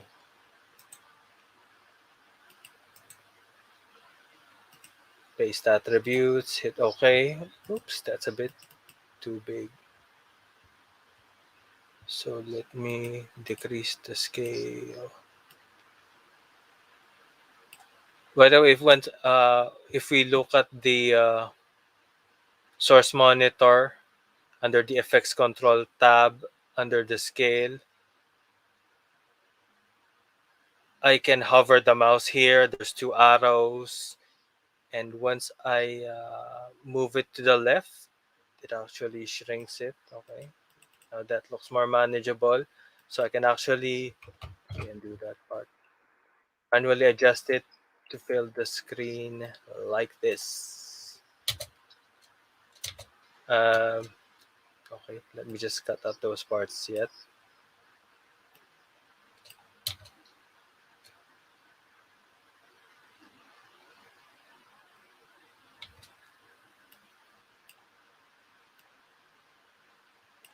So they're just meant to be two clips, two short snippets of the clips.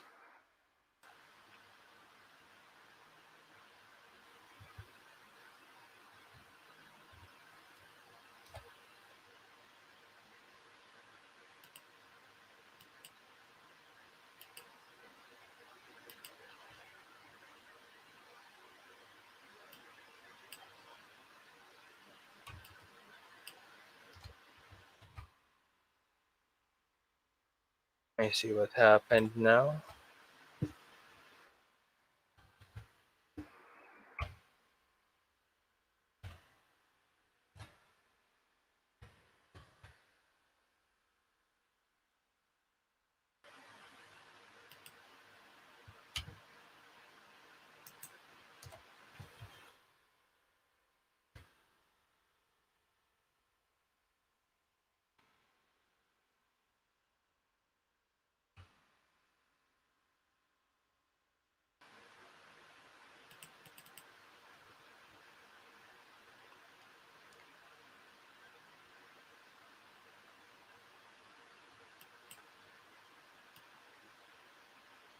There's actually audio on these clips, so I would have to.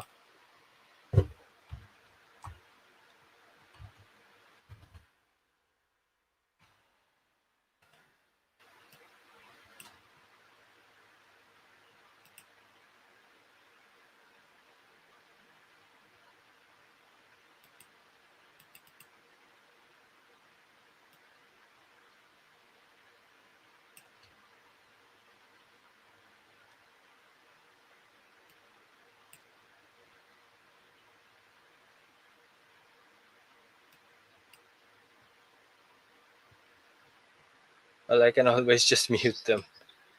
I was just thinking of dragging them all back.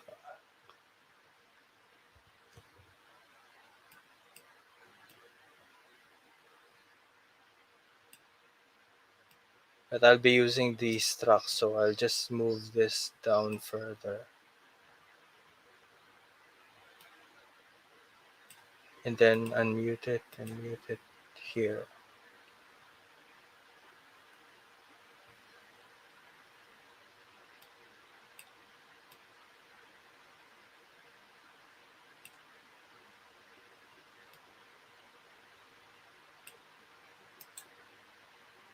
I'll add tracks since I actually, for the audio, I would need two more.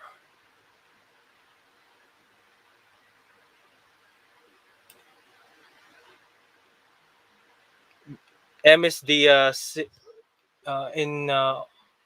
in terms of audio, M is just like the eye icon, which is used to toggle it on or off.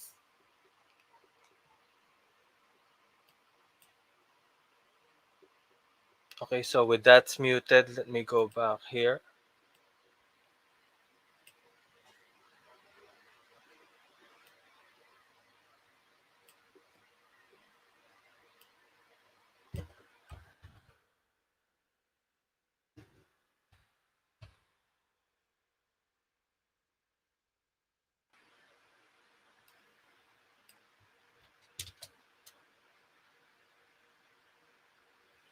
Okay, it's basically playing the video.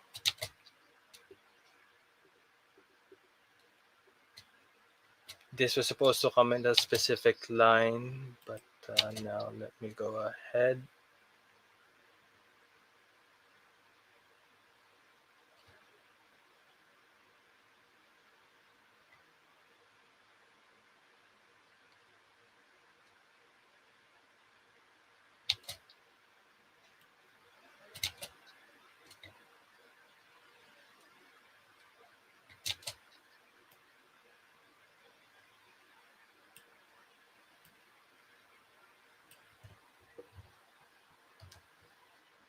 These are supposed to just take a few seconds.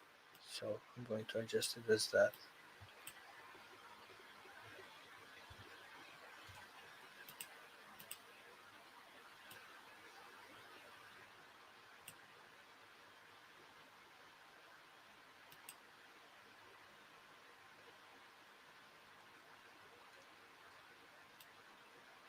So we have other clips left. So let me just first bring the last one.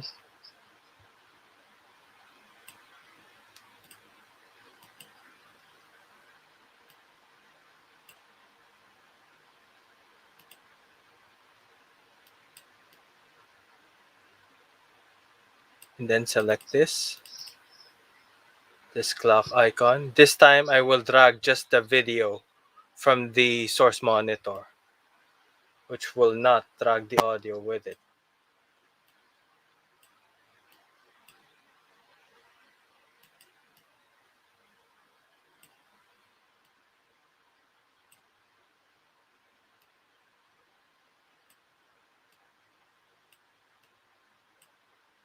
Okay, moving that 17.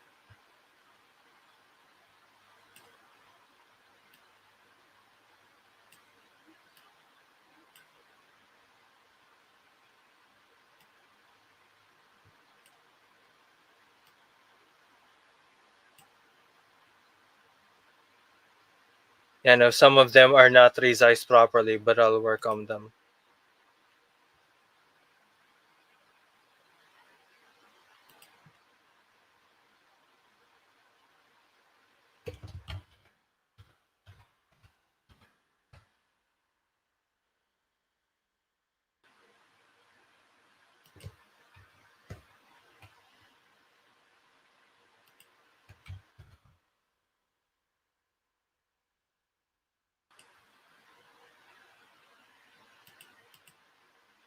I'll just drag the videos from this point.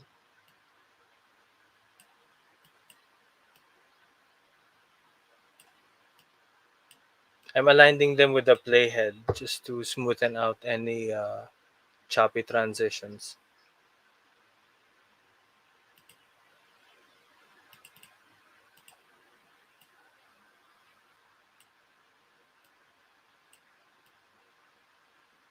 Okay, I'll move it here.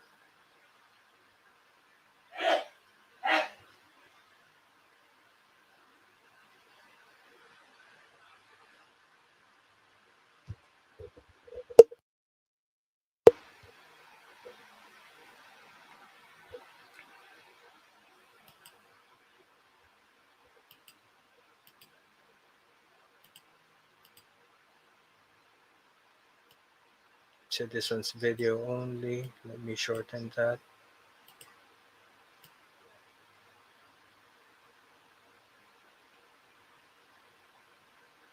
This one's a bit long, so Let me shorten it right here.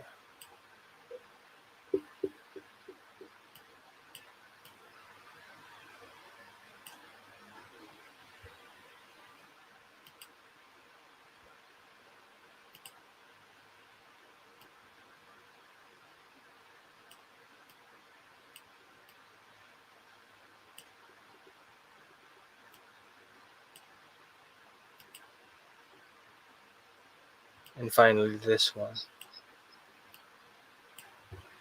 Now let me go to the bottom and look up some of the audio clips that might have been imported. Okay, here's one. I'll move it to this, which is muted. Let me see if there's anything else. No, that's about it.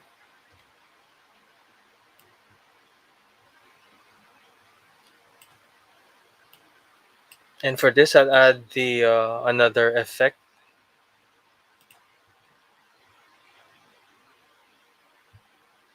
Let me go back to the cross dissolve.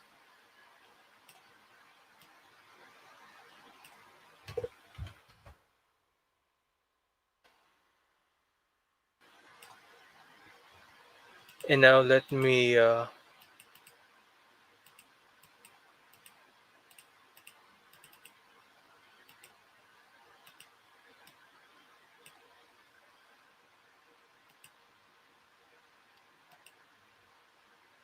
work on getting these sizes fixed.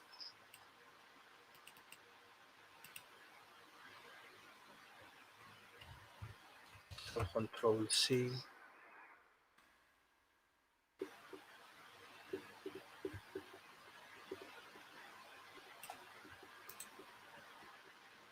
Right click, paste attributes, hit OK.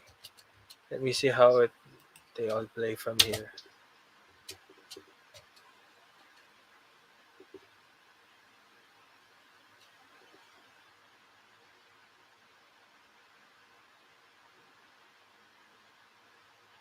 Okay, this is camera number 2.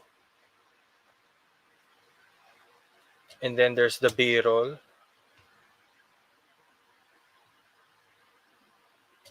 We're back to camera number 1.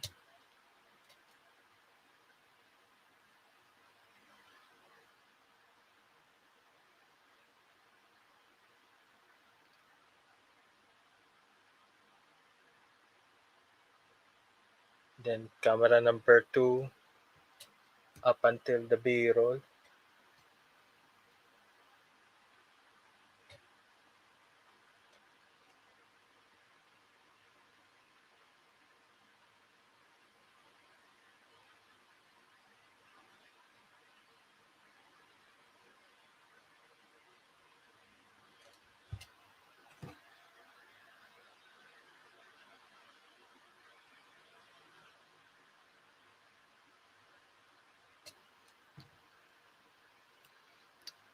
And actually,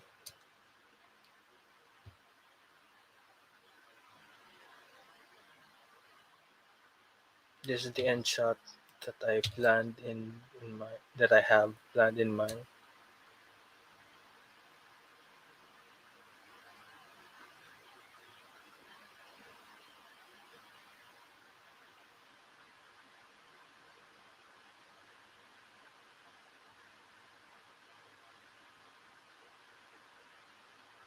And my hands joining together.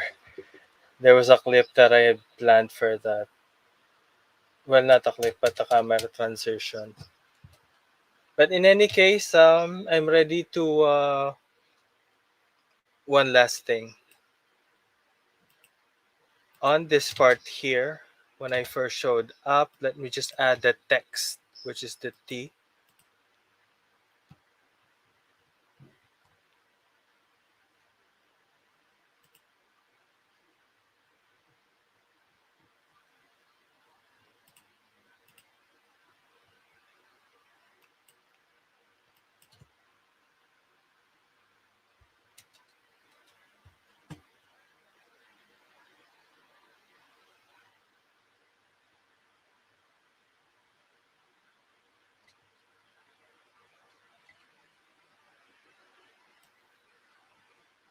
I'll just type my name here.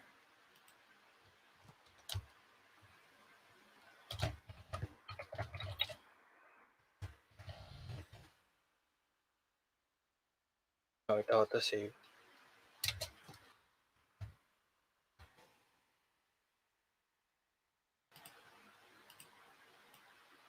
Let me type in the first name, and here I can adjust the size. I prefer Georgia.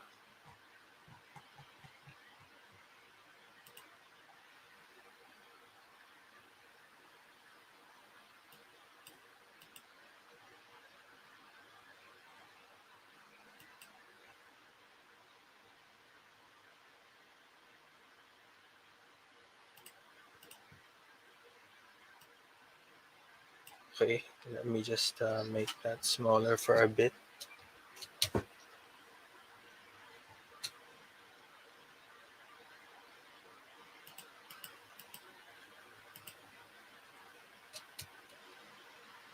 Let me increase its horizontal position.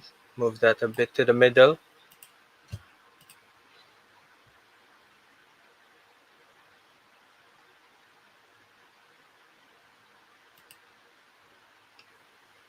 We have other options like scale and transform, but this is for a better interview. Let me just put in my last name anyway.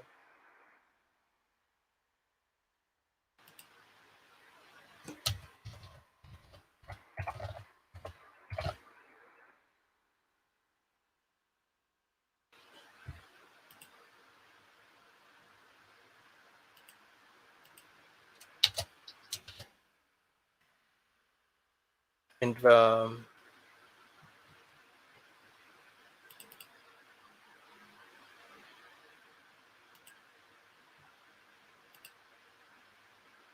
let me go back to this project panel. Finally, I'll just put in the music.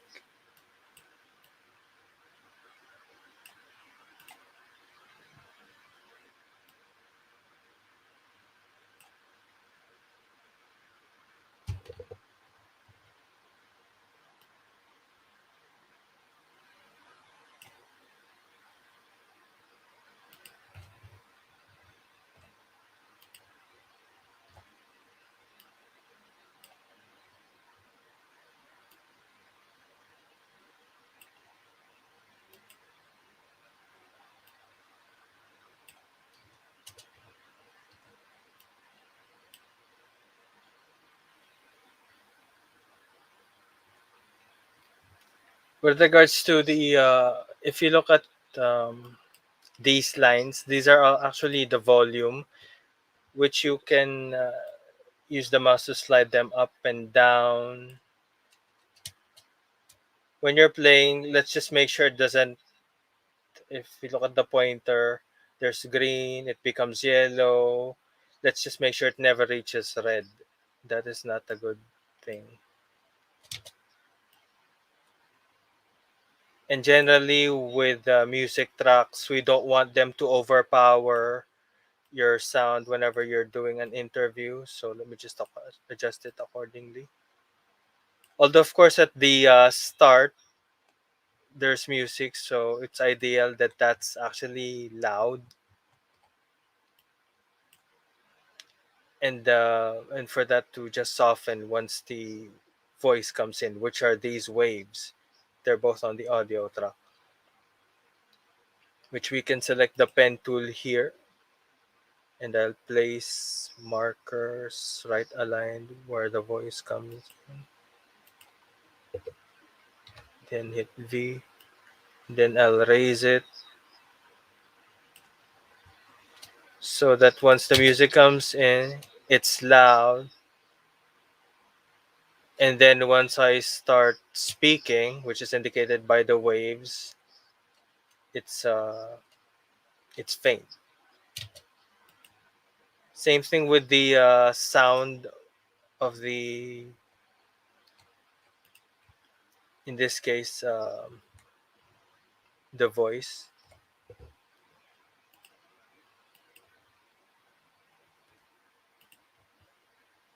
Let me just make sure that that's not too high.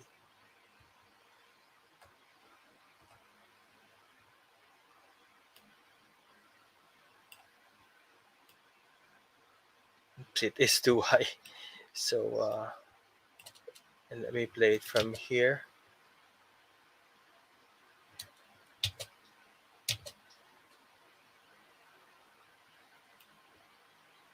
Oh, sorry. It's not that loud. It's just I'm adjusting this at clip by clip basis. Let me just shrink this down for a bit. Let me shorten the clips as well.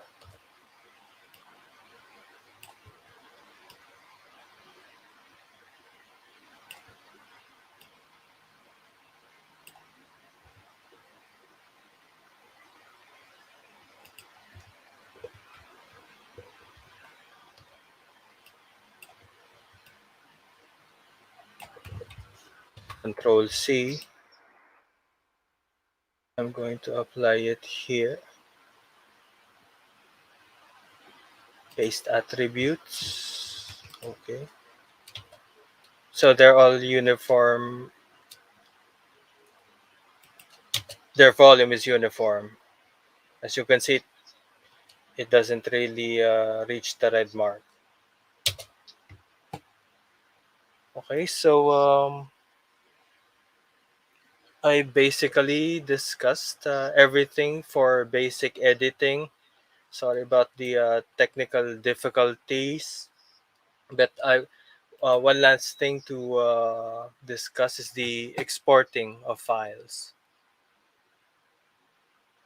And I'll be honest, we're not going to wait for it, since even though I have an i7, it's not the latest one. So while it exports, I'm going to find the mock output that I did for a video similar to this. So first, let me go ahead and save it. Not save it, but export media. MP4, the default, it's H.264, both export audio and video. There's a preset. I'll select 720p for this one. Okay, for the audio, 48,000 hertz. The bitrate, 192 is enough. Back to the video.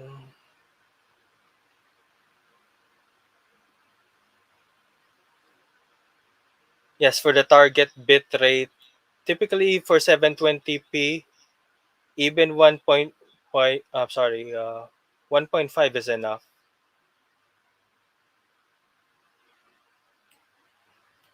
Let me just type that here, 1.5,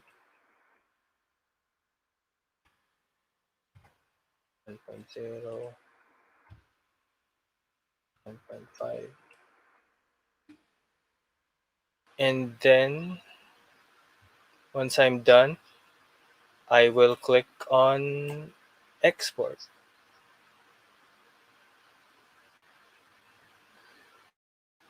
Okay, for the last bit,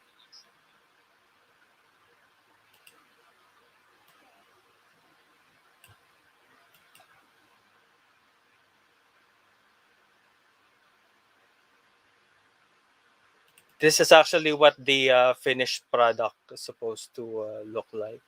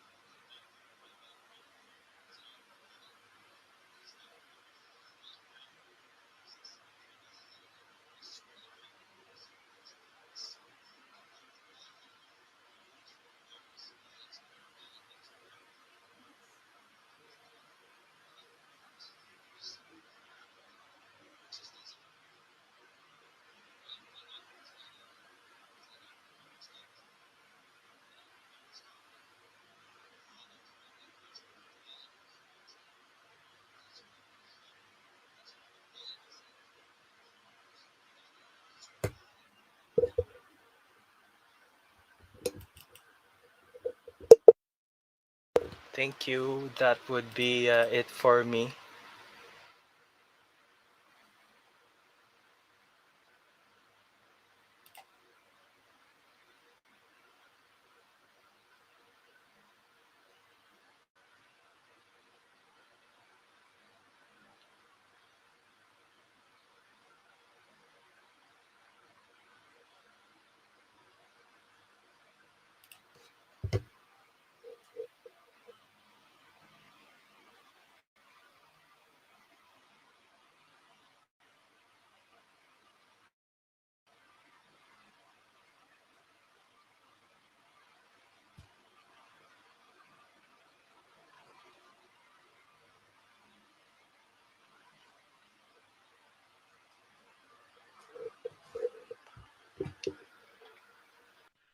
Okay, guys. So if you have questions, feel free to post it in our comment section.